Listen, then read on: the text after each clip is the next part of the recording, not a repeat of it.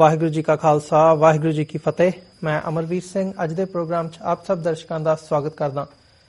Viewers, ਸਾਰਿਆਂ ਤੋਂ ਪਹਿਲਾਂ ਅੱਜ ਆਪ ਸਭ ਨੂੰ TV84 ਵੱਲੋਂ ਪਹਿਲੀ ਪਾਤਸ਼ਾਹੀ ਗੁਰੂ ਨਾਨਕ ਸਾਹਿਬ ਦੇ ਪ੍ਰਕਾਸ਼ ਦਿਹਾੜੇ ਦੀਆਂ ਲੱਖ ਵਧਾਈਆਂ ਹੋਣ। ਸਿੱਖ ਫਲਸਫੇ ਵਿੱਚ ਸੇਵਾ ਦਾ ਅਹਿਮ ਸਥਾਨ ਹੈ।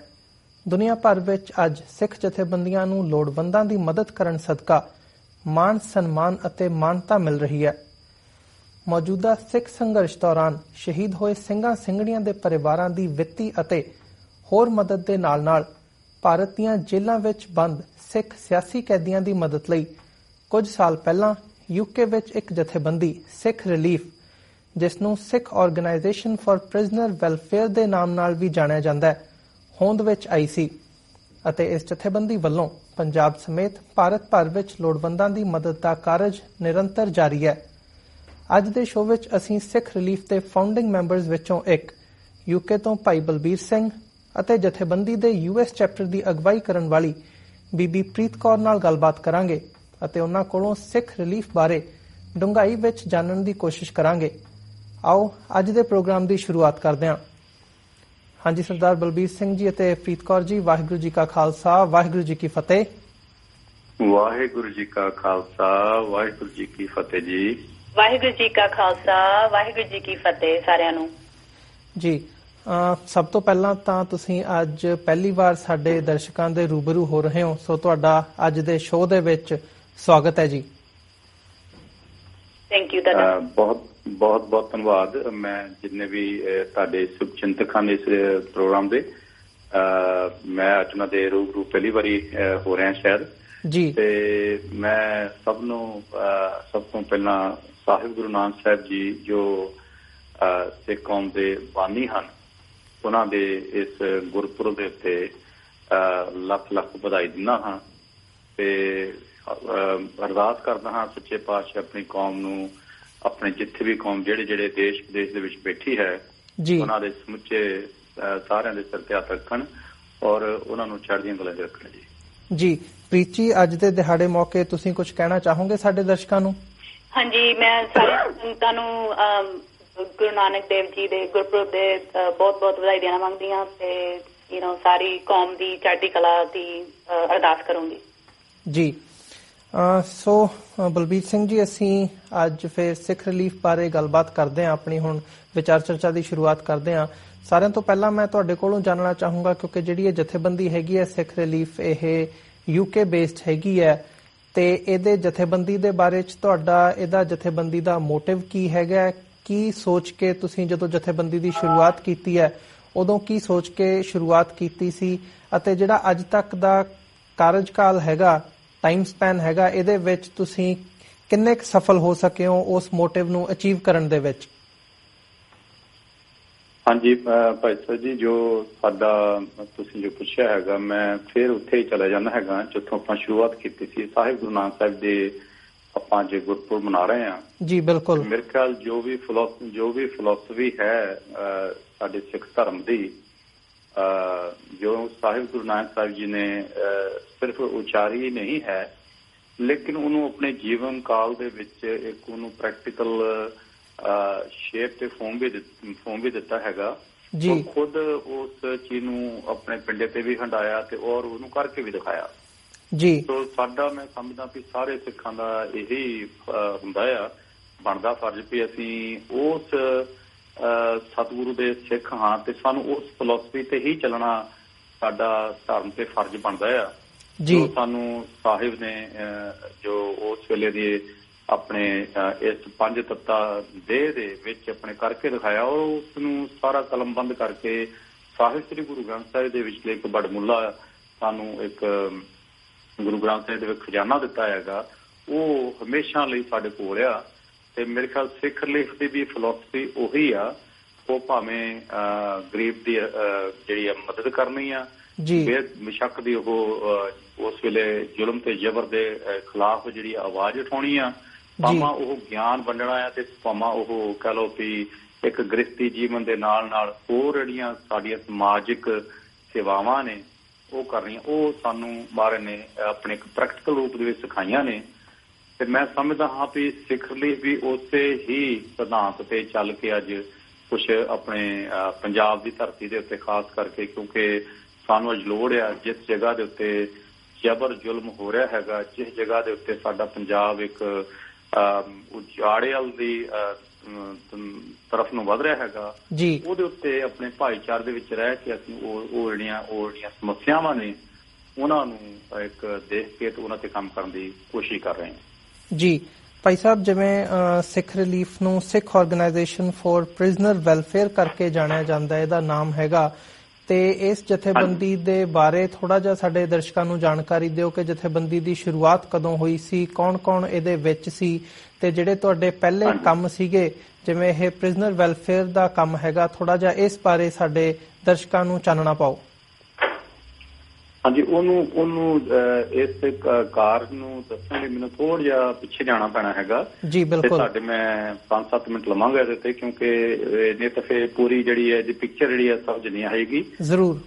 ਦਾਸ ਜੋ ਤਕਰੀਬਨ 1980 ਦੇ ਤੋਂ ਲੈ ਕੇ ਜਿਹੜੇ ਸਾਡੇ ਸਿੱਖ ਕੌਮ ਦੇ ਸ਼ਹੀਦ ਸਨ, ਉਹਨਾਂ ਦੇ ਪਰਿਵਾਰਾਂ ਦੇ ਨਾਲ ਸੇਵਾ ਨਿਭਾਉਂਦਾ ਸੀ ਤੇ ਇੱਥੇ ਅਸੀਂ ਯੂਕੇ ਦੇ ਵਿੱਚ ਇੱਕ ਆਪਣੀ ਸੰਸਥਾ ਦੇ ਨਾਲ ਕੰਮ ਕਰਦੇ ਸੀਗੇ ਵੀ ਜਿਹੜੀ ਪਿੱਛੇ ਪਰਿਵਾਰ 1978 ਤੋਂ ਬਾਅਦ ਜਿਹੜੇ ਅਫੈਕਟਡ ਹੋਏ ਨੇ, ਖਾਸ ਕਰਕੇ 1984 ਤੋਂ ਬਾਅਦ ਜੀ, ਤੇ ਉਹਨਾਂ ਪਰਿਵਾਰਾਂ ਦੀ ਦੇਖਭਾਲ, ਉਹਨਾਂ ਦੇ ਬੱਚਿਆਂ ਦੇ ਜਿਹੜੇ ਕਾਰਜ ਸੀਗੇ ਉਹ ਨਿਭਾਉਣ ਦੇ ਵਿੱਚ ਅਸੀਂ ਬੜੀ ਆਪਣੀ ਜੋ ਭੂਮਿਕਾ ਜੋ ਅਸੀਂ ਨਿਭਾਉਣ ਦੀ ਕੋਸ਼ਿਸ਼ ਕਰਦੇ ਸੀਗੇ। ਭਾਵੇਂ ਉਹਨਾਂ ਉਸ ਵੇਲੇ ਦੇ ਵਿੱਚ ਸਾਧਨ ਨਹੀਂ ਸਨ ਇੰਨੇ ਜਿੰਨੇ ਅੱਜ ਆ, ਲੇਕਿਨ ਫਿਰ ਵੀ ਜੋ ਵੀ ਉਸ ਸਮੇਂ ਮੁਤਾਬਕ ਸਾਡੇ ਕੋਲ ਸਾਧਨ ਸੀਗੇ ਉਹਨਾਂ ਨੂੰ ਵਰਤ ਕੇ ਅਸੀਂ ਜ਼ਰੂਰ ਪਰਿਵਾਰਾਂ ਦੀ ਕੁਝ ਨਾ ਕੁਝ ਮਦਦ ਕਰਨ ਦੀ ਕੋਸ਼ਿਸ਼ ਕਰਦੇ ਸਨ ਜੀ।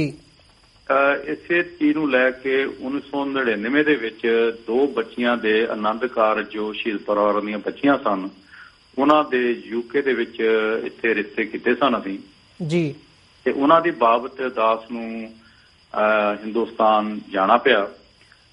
ਜੂਨ 1999 ਦੀ ਗੱਲ ਹੈ, ਜਦੋਂ ਦਾਸ ਇੱਥੋਂ ਲੰਡਨ ਤੋਂ ਹੀਥਰੋ 에ਅਰਪੋਰਟ ਤੋਂ ਗਿਆ ਹੈਗਾ, ਤੇ ਉੱਥੇ ਜਿਹੜੀ ਇੰਟਰਵੀਨਿੰਗ ਨਾਈਟ ਹੈਗੀ ਆ 23rd ਐਂਡ 24th ਜੂਨ ਦੀ ਜੀ, ਉੱਥੇ ਇੰਦਰਾ ਗਾਂਧੀ 에ਅਰਪੋਰਟ ਦਿੱਲੀ ਤੇ ਉਤਰਦਾ ਹੈਗਾ ਤੇ ਉੱਥੇ ਆਪਣੀ ਸਾਰੀ ਜਿਹੜੀ ਹੈਗੀ ਹੈ ਚੈਕਿੰਗ ਵਗੈਰਾ ਕਸਟਮ ਵਗੈਰਾ ਕਰਾ ਕੇ ਬਾਹਰ ਨਿਕਲਦਾ ਆ ਜੀ। ਤੇ ਦਾਸ ਨੇ ਉੱਥੇ ਇੱਕ ਟੈਕਸੀ ਕੀਤੀ ਆ ਤੇ ਟੈਕਸੀ ਦੇ ਵਿੱਚ ਦਾਸ ਸੀਗਾ ਤੇ ਦਾਸ ਨੂੰ ਲੈਣ ਵਾਲੇ ਸਾਡੇ ਸੱਜਣ ਆਏ ਹੋਏ ਸਨ, ਜਿਹੜਾ ਅੱਜ ਆਪਣਾ ਇੱਕ ਸਿੰਘ ਸੁਖਮੰਦਰ ਸਿੰਘ ਜੋ ਅੱਜ ਕੈਨੇਡਾ ਦੇ ਵਿੱਚ ਆਪਣੀ ਸੈਟਲਮੈਂਟ ਕਰਕੇ ਬੈਠੇ ਹਨ ਜੀ। ਸੋ ਅਸੀਂ ਦੋਨੋਂ ਜਣੇ ਟੈਕਸੀ 'ਚ ਬੈਠੇ ਹਾਂ ਤੇ ਮੇਰੇ ਖਿਆਲ ਜਿਹੜੀ ਟੈਕਸੀ ਹੈ, ਜਿਸ ਟੈਕਸੀ ਦੇ ਵਿੱਚ ਦਾਸ ਨੇ ਸਵਾਰੀ ਕੀਤੀ, ਤੇ ਉਹ ਮੇਰੇ ਖਿਆਲ ਹਾਲੇ 에ਅਰਪੋਰਟ ਦੀ ਬਾਉਂਡਰੀ 'ਚੋਂ ਬਾਹਰ ਹੀ ਨਿਕਲੀ ਸੀਗੀ ਜਦੋਂ ਉਸ ਟੈਕਸੀ ਨੂੰ ਘੇਰਾ ਪਾ ਲਿਆ ਗਿਆ ਔਰ ਉਹਨੂੰ ਹਥਿਆਰਬੰਦ ਜਿਹੜੀ ਪਲੇਨ ਕਲੋਜ਼ ਦੇ ਵਿੱਚ ਪੁਲਿਸ ਸੀਗੀ ਜੀ, ਉਹਨੂੰ ਟੈਕਸੀ ਨੂੰ ਘੇਰ ਕੇ ਤੇ ਸਾਨੂੰ ਦੋਵਾਂ ਨੂੰ ਇੱਕ ਬੜਾ ਹੀ ਜਾਣੀ ਕਿ ਸਕਿੰਟਾਂ ਦੇ ਵਿੱਚ ਹੀ ਉਹਨਾਂ ਨੇ ਸਾਨੂੰ ਖਿੱਚ ਕੇ ਤੇ ਇੱਕ ਵੈਨ ਉੱਥੇ ਉਹਨਾਂ ਦੀ ਖੜੀ ਸੀਗੀ, ਉਹਦੇ ਵਿੱਚ ਮੁੱਦੇ ਮੂੰਹ ਸਾਨੂੰ ਸਿੱਟ ਕੇ ਸਾਡੇ ਜਾਣੀ ਕਿ ਸਿਰਾਂ ਤੇ ਗੰਨਾ ਰੱਖ ਕੇ ਜੀ ਤੇ ਸਾਨੂੰ ਉੱਥੋਂ ਭਜਾ ਕੇ ਤੇ ਇੱਕ ਮੇਰੇ ਖਿਆਲ ਦਿੱਲੀ ਦੀ Lodhi colony special cell police ਆ ਉਹ ਲੈ ਗਈ, ਜਿਹੜੀ ਕਿ ਮੈਂ ਸਮਝਦਾ ਵੀ IB ਸੈਂਟਰ ਦੇ ਬਿਲਕੁਲ ਥੱਲੇ ਉਹਨਾਂ ਦਾ ਇੱਕ ਟੋਰਚਰ ਸੈਂਟਰ ਆ ਜੀ, ਉਹਦੇ ਉੱਥੇ ਲਿਜਾ ਕੇ ਸਾਨੂੰ 6 ਦਿਨ ਤੇ 6 ਰਾਤਾਂ ਰੱਖਿਆ ਗਿਆ। ਤੇ ਮੈਂ ਇੱਥੇ ਦੱਸ ਦੇਣਾ ਚਾਹੁੰਦਾ ਵੀ ਕੋਈ ਗ੍ਰਿਫਤਾਰੀ ਦਾ ਵਾਰੰਟ ਨਹੀਂ ਦਿਖਾਇਆ ਗਿਆ ਸੀ ਤੇ ਨਾ ਹੀ ਸਾਡੀ ਗ੍ਰਿਫਤਾਰੀ ਬਾਰੇ ਕਿਸੇ ਕੋਰਟ ਦੇ ਵਿੱਚ ਜਾਂ ਸਾਡੇ ਕਿਸੇ ਪਰਿਵਾਰ ਨੂੰ ਦੱਸਣ ਦੀ ਉਹਨਾਂ ਨੇ ਖੇਚਲ ਕੀਤੀ। ਉਹ 6 ਦਿਨ ਤੇ 6 ਰਾਤਾਂ ਗੈਰ ਕਾਨੂੰਨੀ ਰਿਹਾਸਤ ਦੇ ਵਿੱਚ ਰੱਖ ਕੇ ਸਾਡੇ ਉਹ ਜ਼ੁਲਮ ਢਾਇਆ ਗਿਆ, ਉਹ ਸਾਨੂੰ ਟੋਰਚਰ ਕੀਤਾ ਗਿਆ ਜੀ। ਤੇ ਜਿਹੜਾ ਮੈਂ ਇੱਥੇ ਸ਼ਾਇਦ ਆਉਣ ਵਾਲੇ ਸਮੇਂ ਦੇ ਵਿੱਚ ਉਹਦੇ ਇਕੱਲੇ ਚੀਜ਼ ਦਾ ਬਿਆਨ ਕਰਾਂਗਾ, ਲੇਕਿਨ ਸ਼ੋਰਟ ਦੇ ਵਿੱਚ ਇਹ ਹੈਗਾ ਵੀ ਉਸ 6 ਦਿਨ ਤੇ 6 ਰਾਤਾਂ ਦੇ ਵਿੱਚ ਅੱਤ ਦਾ ਉਹਨਾਂ ਨੇ ਸਾਡੇ ਤੇ ਟੋਰਚਰ ਕੀਤਾ।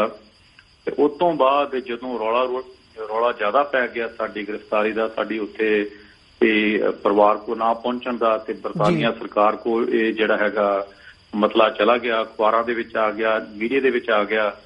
ਤੇ ਉਸ ਵੇਲੇ ਜਿਹੜੀ ਹਿੰਦੁਸਤਾਨ ਦੀ ਪੁਲਿਸ ਆ ਉਹ ਹਰਕਤ 'ਚ ਹੈ, ਕਿਉਂਕਿ ਉਹਨਾਂ ਨੂੰ ਉਮੀਦ ਨਹੀਂ ਸੀ ਕਿ ਇੰਨੀ ਜ਼ਿਆਦਾ ਜਿਹੜੀ ਖਬਰ ਜਿਹੜੀ ਅੱਗ ਨੂੰ ਫੈਲ ਜਾਏਗੀ ਜੀ। ਤੇ ਉੱਥੇ ਦੇ ਪੇਪਰਾਂ ਨੇ ਵੀ ਕੁਝ ਲਿਖਿਆ ਵੀ ਬਲਵੀਰ ਸਿੰਘ ਬੈਂਸ ਸਿੰਘ ਇੰਡੀਆ ਆਇਆ ਤੇ ਫਿਰ ਇੱਕਦਮ ਜਿਹੜਾ ਨਕਸ਼ੇ ਤੋਂ ਗਾਇਬ ਹੋ ਜਾਂਦਾ ਆ, ਇਹ ਕਿਵੇਂ ਆ ਜੀ। ਤੋ ਉਹਨਾਂ ਨੇ ਇੱਕ ਗਿਣੀ ਮਿੱਥੀ ਸਾਜ਼ਿਸ਼ ਅਧੀਨ ਦਾਸ ਦੇ ਉੱਤੇ ਇੱਕ ਆਪਣੇ ਕੋਲੋਂ ਕੇਸ ਬਣਾ ਕੇ ਵੀ ਦਾਸ ਹਥਿਆਰ ਲੈ ਕੇ ਆਇਆ ਹੈਗਾ, ਤੇ ਉਹਨੇ ਬਲਵੀਰ ਸਿੰਘ ਬੈਂਸ ਨੇ ਇੱਥੇ ਜਿਹੜਾ ਇੰਡੀਅਨ ਪਾਰਲੀਮੈਂਟ ਆ ਇਹਨੂੰ ਉਡਾਉਣ ਦੀ ਕੋਸ਼ਿਸ਼ ਦੇ ਵਿੱਚ ਇਹਨੂੰ ਅਸੀਂ ਗ੍ਰਿਫਤਾਰ ਕੀਤਾ ਆ। ਇਹਦੇ ਕੋਲੋਂ ਸਾਨੂੰ ਹਥਿਆਰ, ਐਮੂਨੀਸ਼ਨ, ਹੋਰ ਵਗੈਰਾ ਵਗੈਰਾ ਮਿਲੇ ਆ। ਇਸ ਸਬੰਧ ਦੇ ਵਿੱਚ ਦਾਸ ਨੂੰ ਫੜਿਆ ਉਹਨਾਂ ਨੇ ਏਅਰਪੋਰਟ ਤੋਂ, ਲੇਕਿਨ ਦਿਖਾਇਆ ਕਿਤੇ ਹੋਰ ਕਿਤੇੋਂ ਜੀ, ਤੇ ਉਹਦੇ ਵਿੱਚ ਦਾਸ ਨੂੰ ਇਹਨਾਂ ਨੇ ਫਿਰ ਚਾਰਜ ਕਰਕੇ ਝੂਠੇ ਕੇਸ ਦੇ ਵਿੱਚ, ਤੇ ਦਾਸ ਨੂੰ ਦਿੱਲੀ ਦੀ ਤਿਹਾੜ ਜੇਲ੍ਹ, ਜਿਹੜੀ ਕਿ ਸਭ ਤੋਂ ਵੱਡੀ ਉਸ ਵੇਲੇ ਏਸ਼ੀਆ ਦੀ ਜੇਲ੍ਹ ਮੰਨੀ ਜਾਂਦੀ ਸੀਗੀ ਜੀ, ਤੇ ਉਹਦੇ ਵਿੱਚ ਸੁੱਟ ਦਿੱਤਾ। ਇਹ 24 ਜੂਨ ਤੋਂ ਲੈ ਕੇ ਜਾਣੀ ਕਿ 6 ਦਿਨ 6 ਰਾਤਾਂ ਟੋਰਚਰ ਉੱਥੇ ਲੋਧੀ ਕਲੋਨੀ ਸੈਂਟਰ ਕਰਦੇ ਰਹੇ ਨੇ। ਲੇਕਿਨ ਉਸ ਤੋਂ ਬਾਅਦ ਤਿਹਾੜ ਜੇਲ੍ਹ ਦੇ ਵਿੱਚ ਜਦੋਂ ਦਾਸ ਗਿਆ ਤੇ ਉੱਥੇ ਜੋ ਦਾਸ ਨੇ ਆਪਣੇ ਕੰਡੀਸ਼ਨਸ ਦੇਖੀਆਂ, ਜੋ ਉੱਥੇ ਦਾ ਨਕਸ਼ਾ ਦੇਖਿਆ, ਵਾਤਾਵਰਨ ਦੇਖਿਆ, ਉਹ ਮੇਰੀ ਜ਼ਿੰਦਗੀ ਦਾ ਪਹਿਲਾ ਇੱਕ ਸੀਨ ਸੀ ਜੋ ਮੈਂ ਕਦੀ ਸੁਪਨੇ 'ਚ ਨਹੀਂ ਦੇਖਿਆ ਸੀ ਵੀ ਜੇਲ੍ਹਾਂ ਇਸ ਤਰ੍ਹਾਂ ਦੀਆਂ ਹੁੰਦੀਆਂ ਨੇ, ਜਾਂ ਜਿਸ ਜੇਲ੍ਹਾਂ ਦਾ ਜੋ ਰਹਿਣ ਸਹਿਣ ਆ ਜਾਂ ਉੱਥੇ ਦਾ ਖਾਣ ਪੀਣ ਆ ਉਹ ਕਿਸ ਤਰ੍ਹਾਂ ਦਾ, ਉਹ ਪਹਿਲੀ ਵਾਰੀ ਦਾਸ ਨੇ ਇਹ ਦੇਖਿਆ ਤੇ ਮਹਿਸੂਸ ਕੀਤਾ ਵੀ ਕਿਹੜੀਆਂ ਹਾਲਾਤਾਂ ਦੇ ਵਿੱਚੋਂ ਕਿਸੇ ਕੈਦੀ ਨੂੰ, ਕਿਸੇ ਹਵਾਲਾਤੀ ਨੂੰ ਲੰਘਣਾ ਪੈਂਦਾ ਹੈ ਜੀ। ਸੋ ਉੱਥੇ ਦਾ ਜੋ ਸਮਾਂ ਹੈ ਉਹ ਮੇਰਾ ਤਕਰੀਬਨ 3 ਸਾਲ ਦਾ ਹੈ, 99 ਤੋਂ ਲੈ ਕੇ 2002 ਤੱਕ, ਜਿਸ ਦੇ ਵਿੱਚ ਬਹੁਤ ਸਾਰੇ ਗੁਰੂ ਸਿੱਖਾਂ ਨੂੰ ਜੋ ਪੰਜਾਬ ਦੇ ਵੀ ਸਨ, ਉਹ ਪੰਜਾਬ ਦੀਆਂ ਸਟੇਟਾਂ ਤੋਂ ਬਾਹਰ ਵੀ ਜੋ ਉਹਨਾਂ ਨੇ ਕਈ ਫਰਜ਼ੀ ਕੇਸਾਂ ਦੇ ਵਿੱਚ ਨਜ਼ਰਬੰਦ ਕੀਤੇ ਹੋਏ ਸਨ ਜੀ, ਉਹਨਾਂ ਨੂੰ ਮਿਲਣ ਦਾ ਮੌਕਾ ਮਿਲਿਆ, ਉਹਨਾਂ ਨਾਲ ਗੱਲਬਾਤ ਕਰਨ ਦਾ ਮੌਕਾ ਮਿਲਿਆ, ਉਹਨਾਂ ਦੇ ਬਾਰੇ, ਉਹਨਾਂ ਦੇ ਕੇਸਾਂ ਦੇ ਬਾਰੇ ਜਾਣਕਾਰੀ ਹਾਸਲ ਕਰਨ ਦਾ ਮੌਕਾ ਮਿਲਿਆ। ਸੋ ਸ਼ੋਰਟ ਦੇ ਵਿੱਚ ਯਾਨੀ ਕਿ ਉਹ 3 ਸਾਲਾਂ ਦੇ ਵਿੱਚ ਸਾਰਾ ਜਿਹੜਾ ਸਿਸਟਮ ਆ ਉਹਨੂੰ ਸਮਝਣ ਦੀ ਕੋਸ਼ਿਸ਼ ਕੀਤੀ, ਤੇ ਨਾਲ ਨਾਲ ਉਹਦੇ ਵਿੱਚ ਇੱਕ ਪਹਿਲੀ ਵਾਰੀ ਮੈਂ ਸਮਝਦਾ ਵੀ ਸਾਡੇ ਕੁਝ ਪੱਲੇ ਪਿਆ ਵੀ ਸਾਡੇ ਜਦੋਂ ਸਿੰਘ ਫੜੇ ਜਾਂਦੇ ਆ ਤੇ ਉਹ ਕਿਹੜੀਆਂ ਹਾਲਾਤਾਂ ਚੋਂ ਉਹਨਾਂ ਨੂੰ ਨਿਕਲਣਾ ਪੈਂਦਾ, ਲੰਘਣਾ ਪੈਂਦਾ ਕਹਿ ਲਓ, ਹਨਾ ਜੀ। ਤੇ ਉਹ ਸਾਰੇ ਸਿਸਟਮ ਦੇਖਦੇ ਹੋਏ ਉੱਥੋਂ ਮੈਂ ਕਹਿ ਸਕਦਾ ਹਾਂ, ਜਿਹੜਾ ਤੁਹਾਡਾ ਸਵਾਲ ਸੀ ਕਿ ਕਿਵੇਂ ਸ਼ੁਰੂਆਤ ਇਹਦੀ ਹੋਈ, ਤੇ ਮੈਂ ਇਹ ਤੁਹਾਨੂੰ ਅੱਜ ਦੱਸ ਸਕਦਾ ਹਾਂ ਕਿ ਇਹਦੀ ਜਿਹੜੀ ਸ਼ੁਰੂਆਤ ਹੈ ਆਰਗੇਨਾਈਜੇਸ਼ਨ ਦੀ, ਉਹ ਤਿਹਾੜ ਜੇਲ੍ਹ ਦਿੱਲੀ ਤੋਂ ਹੀ ਸ਼ੁਰੂ ਹੁੰਦੀ ਹੈ। ਇਹਦਾ ਜਨਮ ਹੀ ਉੱਥੋਂ ਹੁੰਦਾ ਆ ਜੀ। ਤੇ ਉਸ ਜਨਮ ਦੇ ਵਿੱਚ ਮੈਂ ਇੱਕ ਗੱਲ ਜ਼ਰੂਰ ਐਡ ਕਰ ਦਵਾਂ ਵੀ ਉਹਦੇ ਵਿੱਚ ਖਾਸ ਗੱਲ ਇਹ ਹੈਗੀ ਆ, ਦਾਸ ਭਾਈ ਦਵਿੰਦਰਪਾਲ ਸਿੰਘ ਭੁੱਲਰ ਪ੍ਰੋਫੈਸਰ ਜੀ, ਜੋ ਆਪਣੇ ਜਿਹਨਾਂ ਨੂੰ ਫਾਂਸੀ ਵੀ ਬਾਅਦ ਦੇ ਵਿੱਚ ਦਿੱਤੀ, ਉਹਨਾਂ ਨੂੰ ਸਜ਼ਾ ਸੁਣਾਈ ਗਈ ਸੀਗੀ, ਜੋ ਅੱਜ ਕੱਲ੍ਹ ਅੰਮ੍ਰਿਤਸਰ ਆਪਣੀ ਜੇਲ੍ਹ ਦੇ ਵਿੱਚ ਉਮਰ ਕੈਦ ਕੱਟ ਰਹੇ ਨੇ ਜੀ। ਅਸੀਂ ਤਕਰੀਬਨ ਉੱਥੇ ਇਕੱਠੇ ਸੀਗੇ, ਹੋਰ ਵੀ ਬਹੁਤ ਸਾਰੇ ਗੁਰਸਿੱਖ ਜੋ ਉਸ ਵੇਲੇ 1999 ਤੋਂ ਲੈ ਕੇ 2000 ਤੱਕ ਦਾਸ ਨੇ ਜਿਨ੍ਹਾਂ ਨਾਲ ਗੱਲਬਾਤ ਕੀਤੀ, ਜਿਨ੍ਹਾਂ ਦੇ ਹਾਲਾਤ ਦੇਖੇ, ਉਹ ਕਾਫੀ ਸੀਗੇ ਉਸ ਵੇਲੇ ਜੀ। ਸੋ ਉਹ ਸਾਰਿਆਂ ਨਾਲ ਗੱਲਬਾਤ ਕਰਕੇ ਇਹ ਨਿਚੋੜ ਕੱਢਿਆ ਗਿਆ ਸੀ ਵੀ ਸਾਡੀ ਇੱਥੇ ਜਿਹੜੀ ਹੈਗੀ ਨਜ਼ਰਬੰਦੀ, ਉਹਦੇ ਵਿੱਚ ਨਾ ਤਾਂ ਕੋਈ ਸਿਆਸੀ ਪਾਰਟੀ, ਨਾ ਕੋਈ ਧਾਰਮਿਕ ਜਮਾਤ, ਨਾ ਹੀ ਕੋਈ ਸਾਡੀ ਆਪਣੀ ਸੋਸ਼ਲ ਜਿਹੜੀ ਹੈ ਜਮਾਤ ਸਾਡੀ ਕੋਈ ਮਦਦ ਕਰਦੀ ਆ ਜੀ। ਔਰ ਅਸੀਂ ਸਾਡੀ ਇੱਕ ਆਵਾਜ਼ ਜਿਹੜੀ ਆ ਚਾਰ ਦੀਵਾਰੀ ਦੇ ਵਿੱਚ ਬੰਦ ਕਰ ਦਿੱਤੀ ਗਈ ਆ, ਔਰ ਚਾਬੀਆਂ ਜਿਹੜੀਆਂ ਹੈਗੀਆਂ ਸਿੱਟ ਦਿੱਤੀਆਂ ਗਈਆਂ। ਸਾਡੇ ਬਾਰੇ ਕਿਸੇ ਸੰਸਾਰ ਦੇ ਜੀਅ ਨੂੰ ਕੋਈ ਜਾਣਕਾਰੀ ਨਹੀਂ, ਸਾਡੇ ਦੁੱਖ ਦੀ, ਸਾਡੇ ਪਰਿਵਾਰਾਂ ਦੀ ਕਿਸੇ ਨੂੰ ਕੋਈ ਪਤਾ ਨਹੀਂ ਆ ਵੀ ਅਸੀਂ ਕਿਹੜੇ ਹਾਲਾਤਾਂ ਚੋਂ ਨਿਕਲਣੇ ਆ। ਤੇ ਉਹਨਾਂ ਨੇ ਦਾਸ ਨੂੰ ਉਸ ਵੇਲੇ ਬੇਨਤੀ ਕੀਤੀ ਸੀ ਜੀ ਵੀ ਤੁਸੀਂ ਅਗਰ ਬਾਹਰ ਗਏ ਤੇ ਤੁਸੀਂ ਜ਼ਰੂਰ ਸਾਡੀ ਆਵਾਜ਼ ਜਿਹੜੀ ਆ ਬੁਲੰਦ ਕਰੋ, ਲੋਕਾਂ ਨੂੰ ਸਾਡੇ ਬਾਰੇ ਦੱਸੋ, ਤਾਂ ਜੋ ਸਾਡੇ ਕੇਸਾਂ ਦਾ, ਸਾਡੇ ਪਰਿਵਾਰਾਂ ਦਾ, ਸਾਡੇ ਬੱਚਿਆਂ ਦਾ ਕੁਝ ਜਿਹੜਾ ਹੈਗਾ ਬਣ ਸਕੇ। ਇਹ ਭਾਈ ਜੀ ਛੋੜ ਦੇ ਵਿੱਚ ਇੱਥੋਂ ਸ਼ੁਰੂਆਤ, ਦਾਸ ਦੀ ਗ੍ਰਿਫਤਾਰੀ ਤੋਂ ਸ਼ੁਰੂਆਤ ਹੁੰਦੀ ਆ ਜੀ। ਫਿਰ ਤਿਹਾੜ ਜੇਲ੍ਹ ਦੇ ਜਿਹੜੇ ਉੱਥੇ ਨਜ਼ਰਬੰਦ ਆਪਣੇ ਬੰਦੀ ਸਨ, ਉਹਨਾਂ ਸਾਰਿਆਂ ਨਾਲ ਬੈਠ ਕੇ ਇਹ ਚੀਜ਼ ਦਾ ਜਿਹੜਾ ਹੈਗਾ ਫੈਸਲਾ ਲਿਆ ਗਿਆ ਸੀਗਾ, ਇੱਕ ਜਥੇਬੰਦੀ ਇਸ ਮਾਮਲੇ ਲਈ ਬਾਹਰ ਬਣਾਈ ਜਾਵੇ, ਜੋ ਸਾਡੀ ਨਜ਼ਰਬੰਦਾਂ ਦੀ ਜਿਹੜੀ ਆਵਾਜ਼ ਆ, ਉਹ ਸਾਡੀ ਜਿਹੜੀ ਪੈਰਵਾਈ ਆ, ਸਾਡੇ ਪਰਿਵਾਰਾਂ ਦੀ ਪੈਰਵਾਈ ਆ, ਉਹ ਜਥੇਬੰਦੀ ਕਰੇ। ਸੋ ਇਹ ਚੀਜ਼ ਦੀ ਬੈਕਗ੍ਰਾਉਂਡ ਭਾਈ ਸਾਹਿਬ ਜੀ। ਜੀ ਬਲਬੀਰ ਸਿੰਘ ਜੀ, ਜਿਵੇਂ ਤੁਸੀਂ ਆਪਣਾ ਜਿਹੜਾ ਤੁਹਾਡਾ ਤੁਹਾਨੂੰ ਇਨਸਪੀਰੇਸ਼ਨ ਕਿੱਥੋਂ ਮਿਲੀ, ਤੁਸੀਂ ਕਿੱਥੋਂ ਇਸ ਜਥੇਬੰਦੀ ਦੀ ਸ਼ੁਰੂਆਤ ਕੀਤੀ ਹੈ, ਉਸ ਬਾਰੇ ਦੱਸਿਆ। ਤਾਂ ਜਦੋਂ ਤੁਸੀਂ ਵਾਪਸ ਆਏ ਤਾਂ ਕਿਹੜੇ ਸੰਨ ਦੇ ਵਿੱਚ ਤੁਸੀਂ ਜਥੇਬੰਦੀ ਰਜਿਸਟਰ ਕਰਵਾਈ ਤੇ ਜਿਹੜਾ ਗਰਾਊਂਡ ਲੈਵਲ ਦੇ ਉੱਪਰ ਪੰਜਾਬ ਦੇ ਵਿੱਚ ਜਾਂ ਬਾਹਰ ਇੱਥੇ UK ਦੇ ਵਿੱਚ ਜਿਹੜਾ ਕੰਮਕਾਰ ਕਰਨਾ ਸ਼ੁਰੂ ਕੀਤਾ, ਤੇ ਸੰਗਤ ਵੱਲੋਂ ਤੁਹਾਨੂੰ ਕਿਵੇਂ ਦਾ ਰਿਸਪੌਂਸ ਮਿਲਿਆ ਪਹਿਲੇ ਸਮਿਆਂ ਦੇ ਵਿੱਚ? ਹਾਂਜੀ, ਮੈਂ ਦਾਸ ਬਿਸ਼ਕ ਵੀ 1999 ਦੇ ਵਿੱਚ ਉੱਥੇ ਗ੍ਰਿਫਤਾਰ ਹੋਇਆ ਸੀ ਇੱਕ ਇਹ ਝੂਠੇ ਕੇਸ ਦੇ ਵਿੱਚ। ਲੇਕਿਨ 2000 ਮੇਰੇ ਖਿਆਲ 27 ਮਾਰਚ 2002 ਨੂੰ ਦਾਸ ਬਰੀ ਹੋ ਗਿਆ ਸੀਗਾ, ਕਿਉਂਕਿ ਜੱਜ ਨੇ ਜਾਂ ਉੱਥੇ ਦੀ ਕੋਰਟ ਨੇ ਸਾਰਾ ਜਿਹੜਾ ਜਦੋਂ ਕੇਸ ਦੇਖਿਆ ਤੇ ਉਹਨੇ ਇੱਕ ਝੂਠ ਦਾ ਪਲੰਦਾ ਕਹਿ ਕੇ ਇਹਨੂੰ ਡਸਟਬਿਨ 'ਚ ਸੜਤਾ ਸੀ ਕੇਸ ਨੂੰ। ਤੇ ਇੱਕ ਤੁਸੀਂ ਗੈਰ ਕਾਨੂੰਨੀ ਬੰਦੇ ਨੂੰ ਫੜਿਆ ਤੇ ਫਿਰ ਉਹਨਾਂ ਜੋ ਕੀਤਾ। ਲੇਕਿਨ ਬਿਸ਼ਕ ਵੀ ਦਾਸ 2002 ਦੇ ਵਿੱਚ ਬਰੀ ਹੋ ਗਿਆ ਸੀ ਔਰ ਵਾਪਸ ਆ ਸਕਦਾ ਸੀ, ਪਰ ਇੰਡੀਅਨ ਗਵਰਨਮੈਂਟ ਨੇ ਫਿਰ ਇੱਕ ਰਿਕਾਰਡ ਆਇਆ ਤੇ ਇਹਨੂੰ ਅਸੀਂ ਵਾਪਸ ਨਹੀਂ ਜਾਣ ਦੇਣਾ, ਕਿਉਂਕਿ ਜੇ ਵਾਪਸ ਚਲਾ ਜਾਂਦਾ ਹੈ ਕੇਸ, ਕਿਉਂਕਿ ਤਾਜ਼ਾ ਹੈਗਾ, ਇਸ ਕਰਕੇ ਇਹਦਾ ਰੌਲਾ ਜ਼ਿਆਦਾ ਪਵੇਗਾ ਤੇ ਔਰ ਹਿੰਦੁਸਤਾਨ ਦੀ ਜਿਹੜੀ ਅਥਾਰਟੀਆਂ ਦੀ ਆ ਜਾਂ ਉੱਥੇ ਦੀ ਏਜੰਸੀਆਂ ਦੀ ਜਿਹੜੀ ਇਹ ਕਾਰਵਾਈ ਨਾ ਹੋਈ ਆ ਉਹ ਬੜੀ ਬਦਨਾਮੀ ਭਰੀ ਹੋਏਗੀ। ਉਹਨਾਂ ਨੇ ਮੈਨੂੰ ਉੱਥੋਂ ਇੰਡੀਆ ਤੋਂ ਨਿਕਲਣ ਲਈ ਮੇਰੇ ਤੇ ਪਾਬੰਦੀ ਲਾ ਦਿੱਤੀ ਜੀ। ਤੇ ਉਹ ਪਾਬੰਦੀ ਮੈਂ ਸਮਝਦਾ, ਅੱਜ ਵੀ ਸਮਝਦਾ, ਤੇ ਉਹ ਰਲ ਕੇ ਲਗਾਈ ਗਈ ਇੰਗਲੈਂਡ ਦੀ ਗਵਰਨਮੈਂਟ ਦੇ ਨਾਲ ਜਾਂ ਇੱਥੇ ਦੀਆਂ ਏਜੰਸੀਆਂ ਦੇ ਨਾਲ ਜੀ। ਤੇ ਮੈਨੂੰ ਮਨਾ ਕਰਤਾ ਗਿਆ ਵੀ ਤੂੰ ਵਾਪਸ ਇੰਗਲੈਂਡ ਦੀ ਧਰਤੀ ਤੇ ਨਹੀਂ ਜਾ ਸਕਦਾ ਜੀ। ਸੋ ਦਾਸ ਨੂੰ ਇੱਕ ਕੇਸ ਫੇਰ ਲੜਨਾ ਪਿਆ, ਇੱਕ ਜਦੋਂ ਜਹਿਦ ਫੇਰ ਕਰਨੀ ਪਈ ਆਪਣੇ ਪਰਿਵਾਰ ਦੇ ਵਿੱਚ, ਆਪਣੇ ਬੱਚਿਆਂ ਦੇ ਵਿੱਚ ਆਉਣ ਲਈ। ਇੱਕ ਕੇਸ ਇੰਗਲੈਂਡ ਦੀ ਅਦਾਲਤ ਵਿੱਚ ਇੱਕ ਅਸੀਂ ਆਪਣਾ ਕੇਸ ਦੀ ਜਿਹੜੀ ਐਪਲੀਕੇਸ਼ਨ ਲਾਈ ਵੀ ਮੇਰਾ ਹਿਊਮਨ ਰਾਈਟ ਦੇ ਤੌਰ ਦੇ ਉੱਤੇ ਹੱਕ ਬਣਦਾ ਆ ਵੀ ਮੈਂ 1974 ਦਾ ਇੰਗਲੈਂਡ ਵਿੱਚ ਰਹਿ ਰਿਹਾ ਹੈਗਾ। ਉਹ ਤਕਰੀਬਨ ਮੈਂ ਬਹੁਤ ਵੱਡਾ ਆਪਣਾ ਜ਼ਿੰਦਗੀ ਦਾ ਹਿੱਸਾ ਆਪਣੀ ਇੰਗਲੈਂਡ ਦੀ ਧਰਤੀ ਤੇ ਗੁਜ਼ਾਰਿਆ ਹੈਗਾ, ਇਸ ਕਰਕੇ ਮੇਰਾ ਪਰਿਵਾਰ ਵੀ ਇੱਥੇ ਆ ਤੇ ਮੈਨੂੰ ਆਉਣ ਦੀ ਇਜਾਜ਼ਤ ਹੋਣੀ ਚਾਹੀਦੀ। ਜਦ ਕਿ ਮੈਂ ਕੋਈ ਕ੍ਰਾਈਮ ਨਹੀਂ ਕੀਤਾ ਤੇ ਨਾ ਹੀ ਮੈਂ ਕਿਸੇ ਜ਼ੁਲਮ ਦੇ ਵਿੱਚ ਕਨਵਿਕਟ ਹੋਇਆ, ਉਹ ਨਾ ਹੀ ਸਾਬਤ ਹੋਇਆ ਹੈਗਾ। ਜਦ ਮੈਂ ਬੇਕਸੂਰ ਹਾਂ, ਸਾਰੀ ਗੱਲ ਕੋਈ ਇਹੋ ਜਿਹੀ ਹੈ ਨਹੀਂ ਗੀ, ਤਾਂ ਮੈਨੂੰ ਕਿਸ ਗੱਲ ਤੋਂ ਰੁਕਿਆ ਜਾ ਰਿਹਾ ਹੈ। ਸੋ ਉਹਨੂੰ ਵੀ, ਉਸ ਕੇਸ ਨੂੰ ਵੀ ਵੀਰ ਜੀ 2 ਸਾਲ ਮੈਨੂੰ ਫੇਰ ਲੱਗ ਗਏ ਆਪਣੇ ਆਪ ਨੂੰ ਇਹਨਾਂ ਦੇ ਮੂਹਰੇ ਕੇਸ ਰੱਖ ਕੇ ਕਲੀਅਰ ਕਰਨ ਨੂੰ। ਸੋ 2004 ਦੇ ਵਿੱਚ, ਸਤੰਬਰ 2004 ਦੇ ਵਿੱਚ ਦਾਸ UK ਦੀ ਧਰਤੀ ਤੇ ਆਪਣੇ ਪਰਿਵਾਰ ਦੇ ਕੋਲ ਦੁਆਰਾ ਫੇਰ ਪਹੁੰਚਿਆ, ਜਿਹੜੇ ਕਿ ਮੈਂ ਸਮਝ 5.5 ਸਾਲ ਦਾ ਸਮਾਂ ਬਣਦਾ ਤਕਰੀਬਨ ਜੀ। ਸੋ 5.5 ਸਾਲਾਂ ਬਾਅਦ ਇੰਡੀਆ ਤੋਂ ਵਾਪਸ UK ਦੇ ਵਿੱਚ ਆਪਣੇ ਪਰਿਵਾਰ ਕੋਲ, ਆਪਣੀਆਂ ਸੰਗਤਾਂ ਕੋਲ ਦਾਸ ਪਹੁੰਚਿਆ। ਤੇ ਜਿਵੇਂ ਹੀ ਤੇ ਦਾਸ ਆਇਆ ਤੇ ਮੇਰੇ ਮਨ 'ਚ ਉਹ ਗੱਲ ਜੋ ਮੈਂ ਆਪਣੇ ਪਿੰਡੇ ਤੇ ਵੀ ਹਟਾਈ ਤੇ ਉਹ ਜੋ ਮੈਂ ਉੱਥੇ ਗੁਰਸਿੱਖਾਂ ਨਾਲ ਵਾਅਦਾ ਬਚਨ ਕੀਤਾ ਸੀਗਾ, ਉਹ ਮੇਰੇ ਮਨ ਤੇ ਬੜਾ ਉਸ ਚੀਜ਼ ਦਾ ਅਸਰ ਸੀਗਾ ਜੀ। ਤੇ ਮੈਂ ਉਹ ਜੀ ਜ਼ਿੰਦਗੀ ਨਹੀਂ ਜੀਣਾ ਚਾਹੁੰਦਾ ਸੀ ਵੀ ਹਾਂ ਮੈਂ ਇੱਕ ਸਜ਼ਾ ਉੱਥੇ ਬਿਨਾਂ ਮਤਲਬ ਤੋਂ ਸਜ਼ਾ ਭੁਗਤੀ ਆ ਤੇ ਹੁਣ ਮੈਂ ਚੁੱਪ ਕਰਕੇ ਆਪਣੀ ਜ਼ਿੰਦਗੀ ਦੇ ਜਿਹੜੇ ਬਾਕੀ ਸਮਾਂ ਆ ਉਹ ਐਵੇਂ ਚੁੱਪ ਕਰਕੇ ਆਪਣੇ ਘਰ ਬੈਠ ਕੇ ਗੁਜ਼ਾਰਾਂ। ਮੇਰਾ ਇੱਕ ਸੰਘਰਸ਼ ਉਸ ਦਿਨ ਤੋਂ ਸ਼ੁਰੂ ਹੋ ਗਿਆ ਸੀ ਜਿਸ ਦਿਨ ਮੈਨੂੰ ਗ੍ਰਿਫਤਾਰ ਕਰ ਲਿਆ ਸੀ ਇਹਨਾਂ ਨੇ ਜੀ। ਤੋਂ ਮੇਰੇ ਮਨ ਦੇ ਵਿੱਚ ਇੱਕ ਪੱਕਾ ਨਿਸ਼ਚਾ ਸੀ ਵੀ ਜਿਵੇਂ ਮੈਂ ਬੇਕਸੂਰ ਫੜਿਆ ਗਿਆ ਹੈਗਾ, ਏਦਾਂ ਬਹੁਤ ਸਾਰੀਆਂ ਮਾਵਾਂ ਦੇ ਪੁੱਤ, ਭੈਣਾਂ ਦੇ ਭਰਾ, ਪਤਨੀਆਂ ਦੇ ਪਤੀ, ਬੱਚਿਆਂ ਦੇ ਬਾਪ, ਜਿਹੜੇ ਬਹੁਤ ਸਾਰੇ ਜਿਹੜੇ ਅੰਦਰ ਬੈਠੇ ਆ, ਜਿਨ੍ਹਾਂ ਤੇ ਕਿਉਂਕਿ ਮੈਂ ਖੁਦ ਉਹਨਾਂ ਨਾਲ ਗੱਲਾਂ ਕੀਤੀਆਂ ਨੇ, ਮੈਂ ਖੁਦ ਉਹਨਾਂ 'ਚ ਰਿਹਾ ਆ, ਤਾਂ ਮੈਨੂੰ ਬਹੁਤ ਸਾਰੇ ਕੇਸਾਂ ਦਾ ਖੁਦ ਵੀ ਪਤਾ ਸੀਗਾ ਵੀ ਇਹ ਨਜਾਇਜ਼ ਬੰਦੇ ਇਹਨਾਂ ਨੇ ਫੜੇ ਨੇ। ਕੇਸ ਕੁਝ ਹੋਰ ਹੁੰਦਾ ਹੈ ਲੇਕਿਨ ਪਾ ਕੁਝ ਹੋਰ ਪੈ ਜਾਂਦਾ ਆ। ਜੇ ਉਹਨਾਂ ਤੇ ਕੋਈ ਪਾਇਆ ਜਾਂਦਾ ਤੇ ਫਿਰ ਉਹਨਾਂ ਤੇ 5-7 ਕੇਸ ਪਾਏ ਜਾਂਦੇ ਤਾਂ ਕਿ ਉਹ ਕੜੀ ਜਿਹੜੀ ਆ ਟੁੱਟੇ ਹੀ ਨਾ। ਸੋ ਮੈਨੂੰ ਇਹ ਨਿਸ਼ਚਾ ਸੀ ਆਪਣੇ ਮਨ ਦੇ ਵਿੱਚ ਕਿ ਜੇ ਇਹਨਾਂ ਕੇਸਾਂ ਤੇ ਮਿਹਨਤ ਕੀਤੀ ਜਾਵੇ, ਇਹਨਾਂ ਨੂੰ ਲੜਿਆ ਜਾਵੇ ਚੰਗੀ ਤਰ੍ਹਾਂ ਕਾਨੂੰਨ ਦੇ ਕਟਹਿਰੇ ਦੇ ਵਿੱਚ, ਤੇ ਬਹੁਤ ਸਾਰੇ ਕੇਸ ਜਿਹੜੇ ਆ ਦਾਸ ਦੇ ਕੇਸ ਵਾਂਗੂ ਬਰੀ ਹੋ ਕੇ ਉਹ ਸਿੰਘ ਆਪਣੇ ਪਰਿਵਾਰਾਂ 'ਚ ਦੁਬਾਰਾ ਜਾ ਸਕਦੇ ਨੇ। ਸੋ ਦਾਸ ਨੇ ਇੱਥੇ ਆਣ ਕੇ UK ਦੇ ਵਿੱਚ ਇੱਕ ਚੈਰਿਟੀ ਕਮਿਸ਼ਨ ਹੈ ਜਿਹੜੀ ਆਰਗੇਨਾਈਜੇਸ਼ਨ, ਉਹ ਆਰਗੇਨਾਈਜੇਸ਼ਨ ਗੌਰਮੈਂਟ ਦੀ ਇੱਕ ਬੋਡੀ ਆ ਜੀ। ਉਹ ਗੌਰਮੈਂਟ ਵੱਲੋਂ ਬਣਾਈ ਗਈ ਇੱਕ ਚੈਰਿਟੀ ਕਮਿਸ਼ਨ, ਇੱਕ ਉਹਨਾਂ ਦਾ ਇੱਕ ਡਿਪਾਰਟਮੈਂਟ ਆ।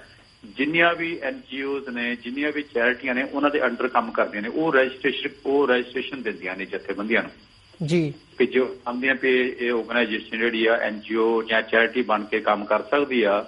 ਉਹਨਾਂ ਦੀ ਇਨਵੈਸਟੀਗੇਸ਼ਨ ਹੋ ਕੇ ਉਹਨਾਂ ਦੇ ਜਦੋਂ ਉਹ ਦੇਖ ਲੈਂਦੇ ਰੀਜ਼ਨ ਸੈਟਿਸਫੈਕਟਰੀ ਹੈਗਾ ਤੇ ਉਹਨਾਂ ਨੂੰ ਰਜਿਸਟ੍ਰੇਸ਼ਨ ਜਿਹੜੀ ਆ ਉਹ ਦੇ ਦਿੰਦੇ ਨੇ ਜੀ। ਤੁਸੀਂ ਫਿਰ ਕਾਨੂੰਨ ਦੇ ਹਿਸਾਬ ਨਾਲ ਵਿਚਰਾ ਕੇ ਆਪਣਾ ਕੰਮ ਜਿਹੜਾ ਆ ਕੋਈ ਵੀ ਕਾਰਜ ਆ ਉਹ ਕਰ ਸਕਦੇ ਆ। ਸੋ ਦਾਸ ਦੀ ਵੀ ਇਹੀ ਕੋਸ਼ਿਸ਼ ਸੀਗੀ ਵੀ ਕੱਲ ਨੂੰ ਫੇਕ ਸਮੱਸਿਆ ਖੜੀ ਹੋ ਸਕਦੀ ਹੈ, ਜੇ ਅਸੀਂ ਗੈਰ ਕਾਨੂੰਨੀ ਕਰਾਂਗੇ ਤੇ ਸਾਨੂੰ ਰੋਕ ਸਕਦੇ ਨੇ, ਸਾਡੇ ਤੇ ਕੋਈ ਗੱਲ ਆ ਸਕਦੀ ਆ। ਸੋ ਪਹਿਲੇ ਦਿਨ ਤੋਂ ਹੀ ਦਾਸ ਨੇ ਕੋਸ਼ਿਸ਼ ਕੀਤੀ ਵੀ ਜਿਹੜਾ ਇਹ ਕਾਰਜ ਹੈਗਾ ਇਹ ਹੈਗਾ ਬਹੁਤ ਵੱਡਾ ਜੀ, ਕਿਉਂਕਿ ਉਹਨਾਂ ਦਿਨਾਂ 'ਚ ਪ੍ਰਿਜ਼ਨਰ ਸਾਡੇ ਪੋਲੀਟੀਕਲ ਪ੍ਰਿਜ਼ਨਰ ਕਾਫੀ ਸਨ ਜੇਲ੍ਹਾਂ ਦੇ ਵਿੱਚ। ਸੋ ਜ਼ਰੂਰੀ ਸੀ ਵੀ ਅਸੀਂ ਜੋ ਵੀ ਕਰੀਏ ਉਹਨੂੰ ਕਾਨੂੰਨ ਦੇ ਤਹਿਤ ਕਰੀਏ, ਜਿਹਦੇ ਵਿੱਚ ਸਾਨੂੰ ਰੋਕ ਟੋਕ ਨਾ ਹੋਵੇ, ਜਿਹਦੇ ਵਿੱਚ ਸਾਨੂੰ ਕੋਈ ਡਰ ਨਾ ਹੋਵੇ, ਜਿਹਦੇ ਵਿੱਚ ਸਾਡੇ ਜਿਹੜੇ ਸਾਨੂੰ ਸਪੋਰਟ ਕਰਨ ਵਾਲੇ ਨੇ ਉਹਨਾਂ ਨੂੰ ਵੀ ਕੋਈ ਡਰ ਨਾ ਹੋਵੇ ਕਿ ਜੇ ਅਸੀਂ ਸਪੋਰਟ ਕਰਾਂਗੇ ਸਾਨੂੰ ਸ਼ਾਇਦ ਕੋਈ ਦਿੱਕਤ ਆ ਜਾਏਗੀ ਜੀ। ਸੋ ਉਹ ਬਹੁਤ ਜ਼ਰੂਰੀ ਸੀ। ਸੋ ਉਸ ਚੀਜ਼ ਨੂੰ ਮੁੱਦੇ ਨਜ਼ਰ ਰੱਖਦੇ ਹੋਏ ਅਸੀਂ ਫਿਰ ਇੱਕ ਨਾਂ ਚੂਜ਼ ਕਰਕੇ ਜਿਹਦਾ ਨਾਂ SOPW Sikh organisation for prisoner welfare ਰੱਖਿਆ ਗਿਆ ਜੀ। ਤੇ ਉਹ ਇੱਥੇ UK ਦੀ ਗਵਰਨਮੈਂਟ ਦੇ ਨਾਲ ਇਹਨੂੰ ਰਜਿਸਟਰ ਕਰਾਇਆ ਗਿਆ ਔਰ ਇੱਥੇ ਅਸੀਂ ਇੱਕ ਰਜਿਸਟਰ ਬੋਡੀ ਬਣੇ। ਉਸ ਤੋਂ ਬਾਅਦ ਫਿਰ ਅਸੀਂ ਜਿਹੜਾ ਆਪਣਾ ਕਾਰਜ ਜਿਹੜਾ ਹੈਗਾ ਉਹ ਸ਼ੁਰੂਆਤ ਕੀਤੀ ਜੀ। ਬਲਬੀਰ ਸਿੰਘ ਜੀ, ਤੁਹਾਡਾ ਬਹੁਤ-ਬਹੁਤ ਧੰਨਵਾਦ। ਤੁਸੀਂ ਇਹ ਸਾਰੀ ਆਪਣੀ ਜਿਹੜੀ ਆਰਗੇਨਾਈਜੇਸ਼ਨ ਦੀ ਤੁਹਾਡੀ ਮੋਟੀਵੇਸ਼ਨ ਹੈਗੀ ਹੈ ਤੇ ਜੋ ਹੁਣ ਤੱਕ ਦਾ ਤੁਹਾਡਾ ਹੋ ਰਿਹਾ ਤੁਸੀਂ ਉਹਦੇ ਬਾਰੇ ਸਾਡੇ ਦਰਸ਼ਕਾਂ ਨੂੰ ਦੱਸਿਆ। ਤੇ ਤੋਂ ਬਾਅਦ ਪ੍ਰੀਤ ਕੌਰ ਜੀ, ਮੈਂ ਤੁਹਾਡੇ ਕੋਲੋਂ ਜਾਣਨਾ ਚਾਹੂੰਗਾ ਕਿ ਫਿਰ ਇਸ ਜਥੇਬੰਦੀ ਦਾ ਜਿਹੜਾ US ਚੈਪਟਰ ਹੋਣ ਦੇ ਵਿੱਚ ਆਇਆ, ਇਹ ਕਦੋਂ ਹੋਣ ਦੇ ਵਿੱਚ ਆਇਆ ਤੇ ਜਿਹੜੀਆਂ ਤੁਹਾਡੀਆਂ ਐਕਟੀਵਿਟੀਜ਼ ਇੱਥੇ ਚੱਲ ਰਹੀਆਂ ਨੇ ਅਮਰੀਕਾ ਦੇ ਵਿੱਚ, ਉਹਦੇ ਵਿੱਚ ਤੁਸੀਂ ਜਦੋਂ ਸੰਗਤ ਦੇ ਵਿੱਚ ਜਾ ਕੇ ਵਿਚਰਦੇ ਹੋ ਤਾਂ ਤੁਹਾਨੂੰ ਕਿਵੇਂ ਦਾ ਸੰਗਤ ਕੋਲੋਂ ਰਿਸਪੌਂਸ ਮਿਲਦਾ ਤੇ ਤੁਹਾਡਾ ਜਿਹੜਾ ਇੱਥੇ ਜਿਹੜਾ ਰਿਲੀਫ ਦਾ ਵਰਕ ਹੈਗਾ ਇਹ ਕਿਵੇਂ ਚੱਲ ਰਿਹਾ ਹੈ? ਹਾਂਜੀ ਬਾਜੀ, ਅਸੀਂ ਨਾ ਇੱਥੇ ਮਾਰਚ 2013 ਅਸੀਂ ਅਟਾਰਨੀ ਜਨਰਲ ਦੇ ਨਾਲ ਰਜਿਸਟਰ ਕੀਤੀ ਚੈਰਿਟੀ ਜੀ, ਤੇ ਉਸ ਤੋਂ ਬਾਅਦ ਅਸੀਂ ਸ਼ੁਰੂ ਕਰ ਲਿਆ we got an attorney and we filed to get our 501c3 which was just approved last month. ਤੇ ਸਾਡੀ fundraising basically at this time is ਅਸੀਂ ਗੁਰਦੁਆਰਿਆਂ 'ਚ ਜਾ ਕੇ ਦੱਸਦੇ ਹਾਂ the plight of our political prisoners ਜੀ। ਤੇ ਅਸੀਂ stalls ਲਗਾਉਂਦੇ ਹਾਂ। we go to Nagar Kirtans. One of our biggest one is for Yuba City and in Stockton. And we've also done 3 skydives so far, and just the awareness, ਸਾਰਿਆਂ ਨੂੰ awareness ਪੈਦਾ ਕਰਨੀ ਤੇ ਉਹਨਾਂ ਨੂੰ ਦੱਸਣਾ ਤੇ response ਸਾਡੀ ਬਹੁਤ ਵਧੀਆ ਆ। like the sangat here is amazing ਜੀ। ਜਦੋਂ ਉਹਨਾਂ ਨੂੰ ਪਤਾ ਲੱਗਦਾ ਵੀ ਅਸੀਂ ਕੀ ਕਰਦੇ ਹਾਂ ਤੇ how everything is done legally ਤੇ they're surprised। ਉਹਨਾਂ ਨੂੰ ਪਤਾ ਨਹੀਂ ਆ ਵੀ ਸਾਡੇ ਜਿਹੜੇ ਸਿੱਖ ਆ ਨਾ they're suffering like this India ਦੇ ਵਿੱਚ। so ਜਦੋਂ ਉਹਨਾਂ ਨੂੰ like when they find out that there's just it's just amazing the kind of support we get from them, and ਸਾਡੇ ਇੱਥੇ volunteers ਵੀ ਹੈਗੇ ਆ ਤੇ the committees at the gurdwaras and stuff, they've also helped us out.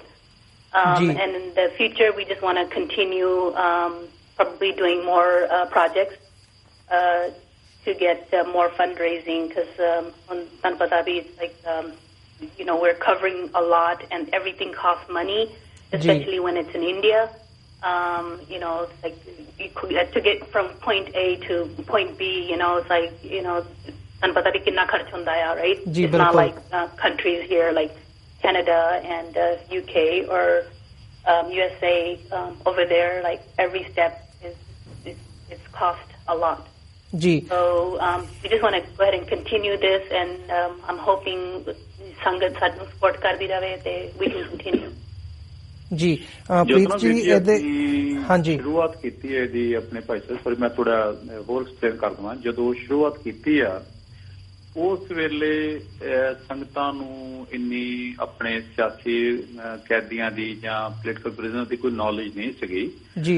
ਇਹ ਮੈਂ 2004-05 ਦੀ ਗੱਲ ਕਰ ਰਿਹਾ ਹਾਂ। ਉਸ ਵੇਲੇ ਕੋਈ ਕਿਸੇ ਨੂੰ ਪਤਾ ਹੀ ਨਹੀਂ ਸੀ ਵੀ ਸਾਡੇ ਬੰਦੀ ਵੀ ਜੇਲ੍ਹਾਂ 'ਚ ਬੈਠੇ ਨੇ ਜਾਂ ਉਹਨਾਂ ਦੇ ਕੀ ਹਾਲਾਤ ਨੇ ਜਾਂ ਉਹਨਾਂ ਨਾਲ ਕੀ ਹੋਇਆ ਜਾਂ ਹੋ ਰਿਹਾ ਹੈਗਾ ਜੀ। ਸੋ ਬੜੀ ਡਿਫਿਕਲਟ ਸਿਚੁਏਸ਼ਨ ਸੀਗੀ, ਕਿਉਂਕਿ ਉਸ ਵੇਲੇ ਕੋਈ ਅਵੇਅਰਨੈਸ ਕੋਈ ਕੈਂਪੇਨ ਹੈ ਨਹੀਂ ਸੀਗੀ। ਹਾਂਜੀ ਜੀ। ਉਸ ਵੇਲੇ ਜਦੋਂ ਅਸੀਂ ਆਏ ਆ ਬੜੀ ਹਾਰਡ ਹਿਟਿੰਗ ਕੈਂਪੇਨ ਸਾਨੂੰ ਕਰਨੀ ਪਈ, ਬੜੀਆਂ ਡਿਫਿਕਲਟੀਆਂ ਆਈਆਂ ਕਿਉਂਕਿ ਲੋਕਾਂ ਦੀ ਸਮਝ ਹੀ ਨਹੀਂ ਪੈ ਰਿਹਾ ਸੀਗਾ ਕਿ ਅਸੀਂ ਕਿਉਂ ਇੱਕ ਜਿਹੜਾ ਬੰਦੀ ਆ ਜਿਹੜਾ ਪ੍ਰਿਜ਼ਨਰ ਆ ਅਸੀਂ ਕਾਹਤੋਂ ਮਦਦ ਕਰਨ ਰਹੇ ਉਹਦੀ। ਉਹ ਕ੍ਰਾਈਮ ਵਾਲਾ ਬੰਦਾ ਆ ਤੇ ਜੇ ਕ੍ਰਾਈਮ ਉਹਨੇ ਕੀਤਾ ਸੋ ਉਹਨੂੰ ਪ੍ਰਿਜ਼ਨ ਦੇ ਵਿੱਚ ਰਹਿਣ ਦੇਣਾ ਚਾਹੀਦਾ ਸਾਨੂੰ। ਉਹਨਾਂ ਨੂੰ ਇਹ ਸਮਝ ਨਹੀਂ ਸੀਗੀ ਵੀ ਇਹ ਪ੍ਰਿਜ਼ਨਰ ਜਿਹੜੇ ਆ ਇਹ ਇੱਕ ਵੱਖਰੀ ਕੈਟਾਗਰੀ ਦੇ ਨੇ ਔਰ ਇਹ ਉਹ ਪ੍ਰਿਜ਼ਨਰ ਨੇ ਜਿਨ੍ਹਾਂ ਨੇ ਇਹ ਸਾਨੂੰ ਜਾਣ ਕੇ ਗੁਰਦੁਆਰਿਆਂ 'ਚ ਯੂਨੀਵਰਸਿਟੀਆਂ ਦੇ ਵਿੱਚ ਹੋਰ ਵੱਖ-ਵੱਖ ਜਗ੍ਹਾ ਦੇ ਉੱਤੇ ਦੇਸ਼ਾਂ ਵਿਦੇਸ਼ਾਂ ਜਾ ਕੇ ਸਾਨੂੰ ਆਪ ਹੋਕਾ ਦੇਣਾ ਪਿਆ ਉਹਨਾਂ ਦਿਨਾਂ ਦੇ ਵਿੱਚ ਜੀ ਤੇ ਇਹ ਬੰਦੀ ਉਹ ਹਨ ਜਿਨ੍ਹਾਂ ਨੇ ਸੱਚ ਤੇ ਹੱਕ ਦੀ ਸਾਡੀ ਖਾਤਰ ਇੱਕ ਲੜਾਈ ਲੜੀ ਆ ਜੀ। ਇਹ ਉਹ ਬੰਦੀ ਨਹੀਂ ਹੈਗੇ ਵੀ ਜਿਨ੍ਹਾਂ ਨੇ ਕਿਸੇ ਦਾ ਰੇਪ ਕੀਤਾ ਹੈ ਜਾਂ ਜਿਨ੍ਹਾਂ ਦਾ ਕੋਈ ਐਵੇਂ ਮਰਡਰ ਕਰ ਦਿੱਤਾ ਹੈਗਾ ਜਾਂ ਕਿਸੇ ਦੀ ਐਵੇਂ ਜ਼ਮੀਨ ਜਾਤ ਹੜਪ ਲਈ ਆ ਜਾਂ ਕੋਈ ਉਹਨਾਂ ਨੇ ਬਦਮਾਸ਼ੀ ਕੀਤੀ ਹੈ। ਉਹ ਕੈਦੀ ਉਹ ਬੰਦੀ ਨਹੀਂ ਹੈਗੇ ਜੀ। ਇਹ ਬੰਦੀ ਕੌਮੀ ਨੇ। ਇਹ ਬੰਦੀ ਸਾਡੇ ਜੋ ਭਵਿੱਖ ਦੇ ਬਾਰੇ ਚਿੰਤਤ ਸਨ। ਇਹਨਾਂ ਨੇ ਆਪਣੇ ਘਰ-ਬਾਰ ਛੱਡ ਕੇ ਸਾਡੇ ਹੱਕਾਂ ਦੀ ਤੇ ਉਹਨਾਂ ਦੀ ਆਵਾਜ਼ ਨੂੰ ਬੁਲੰਦ ਕੀਤਾ ਆ ਜੀ। ਹੁਣ ਉਹ ਆਵਾਜ਼ ਨੂੰ ਬੁਲੰਦ ਕਰਨ ਦੇ ਤਰੀਕੇ ਵੀ ਵੱਖ, ਕੋਈ ਬੋਲਦਾ ਸੀ, ਕੋਈ ਕਿਸੇ ਨਾਲ ਕੋਈ ਲਿਖਾਰੀ ਸੀ, ਕੋਈ ਬੁਲਾਰਾ ਸੀ, ਕੋਈ ਕਿਸੇ ਨਾਲ ਐਸੋਸੀਏਟ ਸੀ ਪਾਰਟੀ ਦੇ ਵਿੱਚ। ਇਹ ਜ਼ਰੂਰੀ ਨਹੀਂ ਹੈ ਵੀ ਉਹ ਇੱਕ ਉਹ ਮਸ਼ੀਨ ਗਨ ਲੈ ਕੇ ਕਿਸੇ ਦਾ ਕਤਲ ਕਰਨ ਤੁਰਿਆ ਸੀਗਾ। ਐਸੀ ਕੋਈ ਗੱਲ ਨਹੀਂ ਹੈ ਜੀ। ਉਹ ਇੱਕ ਸੱਚ ਤੇ ਹੱਕ ਦੀ ਆਵਾਜ਼ ਨੂੰ ਬੁਲੰਦ ਕਰਨ ਵਾਲਾ ਜੋ ਵਿਅਕਤੀ ਆ ਉਹ ਗੌਰਮੈਂਟ ਲਈ ਖਤਰਾ ਸੀ ਵੀ ਇਹ ਆਪਣੇ ਹੱਕ ਕਿਉਂ ਮੰਗ ਰਹੇ ਨੇ, ਇਹ ਆਪਣੀ ਕੌਮ ਦੇ ਦਰਦ ਨੂੰ ਕਿਉਂ ਦੱਸ ਰਹੇ ਨੇ। ਜਾਣੀ ਕਿ ਸਾਨੂੰ ਬੋਲਣ ਦਾ ਵੀ ਹੱਕ ਨਹੀਂ ਸੀ ਉੱਥੇ। ਜਿਸ ਕਰਕੇ ਉਹ ਦੇਖੋ ਮੈਂ ਇੱਥੋਂ ਇੰਗਲੈਂਡ ਤੋਂ ਗਿਆ ਹਾਂਜੀ, ਮੈਂ ਕਦੀ ਕਿਸੇ ਸਟੇਜ ਤੇ ਨਹੀਂ ਬੋਲਿਆ ਸੀ, ਕੋਈ ਗੱਲ ਨਹੀਂ, ਕੋਈ ਬਾਤ ਨਹੀਂ, ਸਿਰਫ ਅਸੀਂ ਆਪਣਾ ਕੰਮ ਕਰ ਰਹੇ ਨੇ ਜੋ ਸ਼ਹੀਦ ਪਰਿਵਾਰਾਂ ਦਾ ਸੀ, ਹੈ ਨਾ। ਲੇਕਿਨ ਇੱਕ ਮੇਰੇ ਤੇ ਵੀ ਉਹਨਾਂ ਨੇ ਐਮੀਨੇਸ਼ਨ ਜਿਹਦੇ ਵਿੱਚ ਡੈਟੋਨੇਟਰ ਸਨ, ਪੈਨਸਲ ਟਾਈਮਰ ਸਨ, ਜਿਹਦੇ ਵਿੱਚ ਉਹਨਾਂ ਦੇ RDX ਸੀਗਾ, ਹੋਰ ਵੀ ਬੜਾ ਜਿਹੜਾ ਖਤਰਨਾਕ ਹਥਿਆਰ ਸੀਗੇ ਮੇਰੇ ਤੇ ਪਾ ਦਿੱਤੇ ਗਏ। ਤੇ ਇਸੇ ਤਰ੍ਹਾਂ ਇਹ ਜਿਹੜੇ ਸੱਚ ਤੇ ਹੱਕ ਦੀ ਆਵਾਜ਼ ਨੂੰ ਬੁਲੰਦ ਕਰਨ ਵਾਲੇ ਲੋਕ ਸਨ, ਇਹਨਾਂ ਦੇ ਉੱਤੇ ਇੱਕ ਝੂਠੇ ਕੇਸ ਇਹਨਾਂ ਨੇ ਬਣਾ ਕੇ ਉਹਨਾਂ ਨੂੰ ਇੱਕ ਬੜਾ ਹਊਆ ਜਿਹਾ ਬਣਾਤਾ, ਜਿਹਨੂੰ ਆਪਾਂ ਡਰੈਡਫੁਲ ਕਹਿ ਦਿੰਦੇ ਆ ਵੀ ਉਹਨਾਂ ਨੇ ਸਾਡੀ ਪੇਂਟ ਇਹੋ ਜਿਹੀ ਪਿਕਚਰ ਕਰ ਦਿੱਤੀ। ਅਸੀਂ ਤਾਂ ਬਹੁਤ ਡਰਾਉਣੇ ਤੇ ਬੜੇ ਅਸੀਂ ਦਹਿਸ਼ਤਗਰਦ ਬੰਦੇ ਆ, ਅਸੀਂ ਤਾਂ ਬੰਦਿਆਂ ਨੂੰ ਮਾਰ ਲਗੇ ਸੋਚਦੇ ਨਹੀਂ ਦੁਬਾਰਾ। ਇਸ ਤਰ੍ਹਾਂ ਦੀ ਸਾਡੀ ਲੋਕਾਂ ਦੇ ਵਿੱਚ ਪਰਸੈਪਸ਼ਨ ਬਣੀ ਹੋਈ ਸੀਗੀ ਜਦੋਂ ਅਸੀਂ ਗੱਲ ਕਰਦੇ ਸੀ ਵੀ ਪੋਲੀਟੀਕਲ ਪ੍ਰਿਜ਼ਨਰ। ਲੋਕਾਂ ਦੇ ਸਮਝ ਨਹੀਂ ਪੈਂਦੀ ਸੀਗੀ, ਇਸ ਕਰਕੇ ਨਾ ਬੜੀਆਂ ਡਿਫਿਕਲਟੀਆਂ ਆਈਆਂ ਸਾਨੂੰ ਇਹ ਚੀਜ਼ ਨੂੰ ਦੱਸਣ ਲਈ, ਸਮਝਾਉਣ ਲਈ, ਲੋਕਾਂ ਕੋਲ ਹੈਲਪ ਲੈਣ ਲਈ। ਸੋ ਕਾਫੀ ਸਾਨੂੰ 8-10 ਸਾਲ ਇਹਦੇ ਵਿੱਚ ਮਿਹਨਤ ਕਰਕੇ ਇਹਨੂੰ ਵਰਲਡ ਲੈਵਲ ਦੇ ਉੱਤੇ ਐਸਟੈਬਲਿਸ਼ ਕਰਨਾ ਪਿਆ ਸਾਨੂੰ। ਨਹੀਂ ਤਾਂ ਸ਼ੁਰੂਆਤ ਵਿੱਚ ਇਹਦੀ ਸਮਝ ਜਿਹੜੀ ਪਕੜ ਸੀਗੀ ਇਹਦੀ ਉਹ ਲੋਕਾਂ ਦੇ ਮਨਾਂ 'ਚ ਨਹੀਂ ਪੈਂਦੀ ਸੀਗੀ। ਜੀ ਬਲਬੀਰ ਸਿੰਘ ਜੀ, ਇਸੇ ਦੇ ਨਾਲ ਜਿਹੜਾ ਸਾਡਾ ਸਮਾਂ ਹੈਗਾ ਉਹ ਹੁਣ ਬ੍ਰੇਕ ਵੱਲ ਵੱਧ ਰਿਹਾ ਹੈ ਤੇ ਅਸੀਂ ਬ੍ਰੇਕ ਤੋਂ ਬਾਅਦ ਇੱਥੋਂ ਹੀ ਆਪਣੀ ਜਿਹੜੀ ਗੱਲਬਾਤ ਹੈ ਉਹਦੀ ਦੁਬਾਰਾ ਸ਼ੁਰੂਆਤ ਕਰਾਂਗੇ। ਵਿਊਅਰਸ, ਇਸੇ ਦੇ ਨਾਲ ਅਸੀਂ ਤੁਹਾਡੇ ਕੋਲੋਂ ਬ੍ਰੇਕ ਲੈਂਦੇ ਹਾਂ ਜੀ, ਇਜਾਜ਼ਤ ਦਿਓ।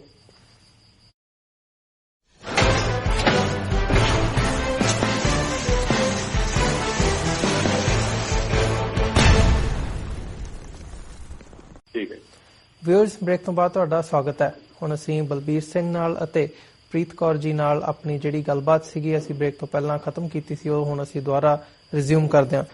ਹਾਂਜੀ ਬਲਬੀਰ ਸਿੰਘ ਜੀ, ਜਿਵੇਂ ਤੁਸੀਂ ਸਾਰਾ ਇਹਦੇ ਤੇ ਆਪਣੇ ਇਸ਼ੂ ਦੇ ਉੱਪਰ ਚਾਨਣਾ ਪਾਇਆ ਤੇ ਹੁਣ ਅਗਲਾ ਜਿਹੜਾ ਸਵਾਲ ਮੇਰਾ ਹੈਗਾ ਮੈਂ ਤੁਹਾਡੇ ਕੋਲੋਂ ਜਾਣਨਾ ਚਾਹੂੰਗਾ ਕਿ ਜਿਵੇਂ ਤੁਸੀਂ ਸਾਰੀ ਪੋਲੀਟੀਕਲ ਪ੍ਰਿਜ਼ਨਰਸ ਦੀ, ਸਿੱਖ ਸਿਆਸੀ ਕੈਦੀਆਂ ਦੀ ਜਿਹੜੀ ਪਲਾਈਟ ਹੈਗੀ ਆ, ਤਰਾਸਦੀ ਹੈਗੀ ਹੈ, ਉਹਦੇ ਬਾਰੇ ਦੱਸਦਿਆਂ ਵੀ ਉਹ ਕੀਤਾ ਹੈ। ਸੋ ਐਜ਼ ਐਨ ਆਰਗੇਨਾਈਜੇਸ਼ਨ ਤੁਸੀਂ ਇਹਨਾਂ ਲਈ ਕੀ ਕਰ ਕੀ ਰਹੇ ਹੋ ਐਗਜ਼ੈਕਟਲੀ? ਇਹਨਾਂ ਦੀ ਕਿਸ ਹਿਸਾਬ ਨਾਲ ਮਦਦ ਕਰ ਰਹੇ ਹੋ? ਵਿੱਤੀ ਮਦਦ ਕਰ ਰਹੇ ਹੋ, ਇਹਨਾਂ ਦੇ ਕੇਸ ਲੜ ਰਹੇ ਹੋ, ਜਾਂ ਇਹਨਾਂ ਦੇ ਪਰਿਵਾਰਾਂ ਕੋਲ ਜਾ ਕੇ ਉਹਨਾਂ ਤੱਕ ਪਹੁੰਚ ਕਰਕੇ ਮਦਦ ਕਰ ਰਹੇ ਹੋ? ਕੀ ਮਦਦ ਕਰ ਰਹੇ ਹੋ ਤੇ ਉਹਦਾ ਜਿਹੜਾ ਤੁਹਾਡਾ ਤਰੀਕਾ ਹੈਗਾ ਤੇ ਐਟ ਦ ਸੇਮ ਟਾਈਮ ਜਿਹੜੀਆਂ ਤੁਹਾਨੂੰ ਡੋਨੇਸ਼ਨਸ ਮਿਲਦੀਆਂ ਨੇ ਉਹਨਾਂ ਦੀ ਪਾਰਦਰਸ਼ਤਾ ਹੈਗੀ ਹੈ?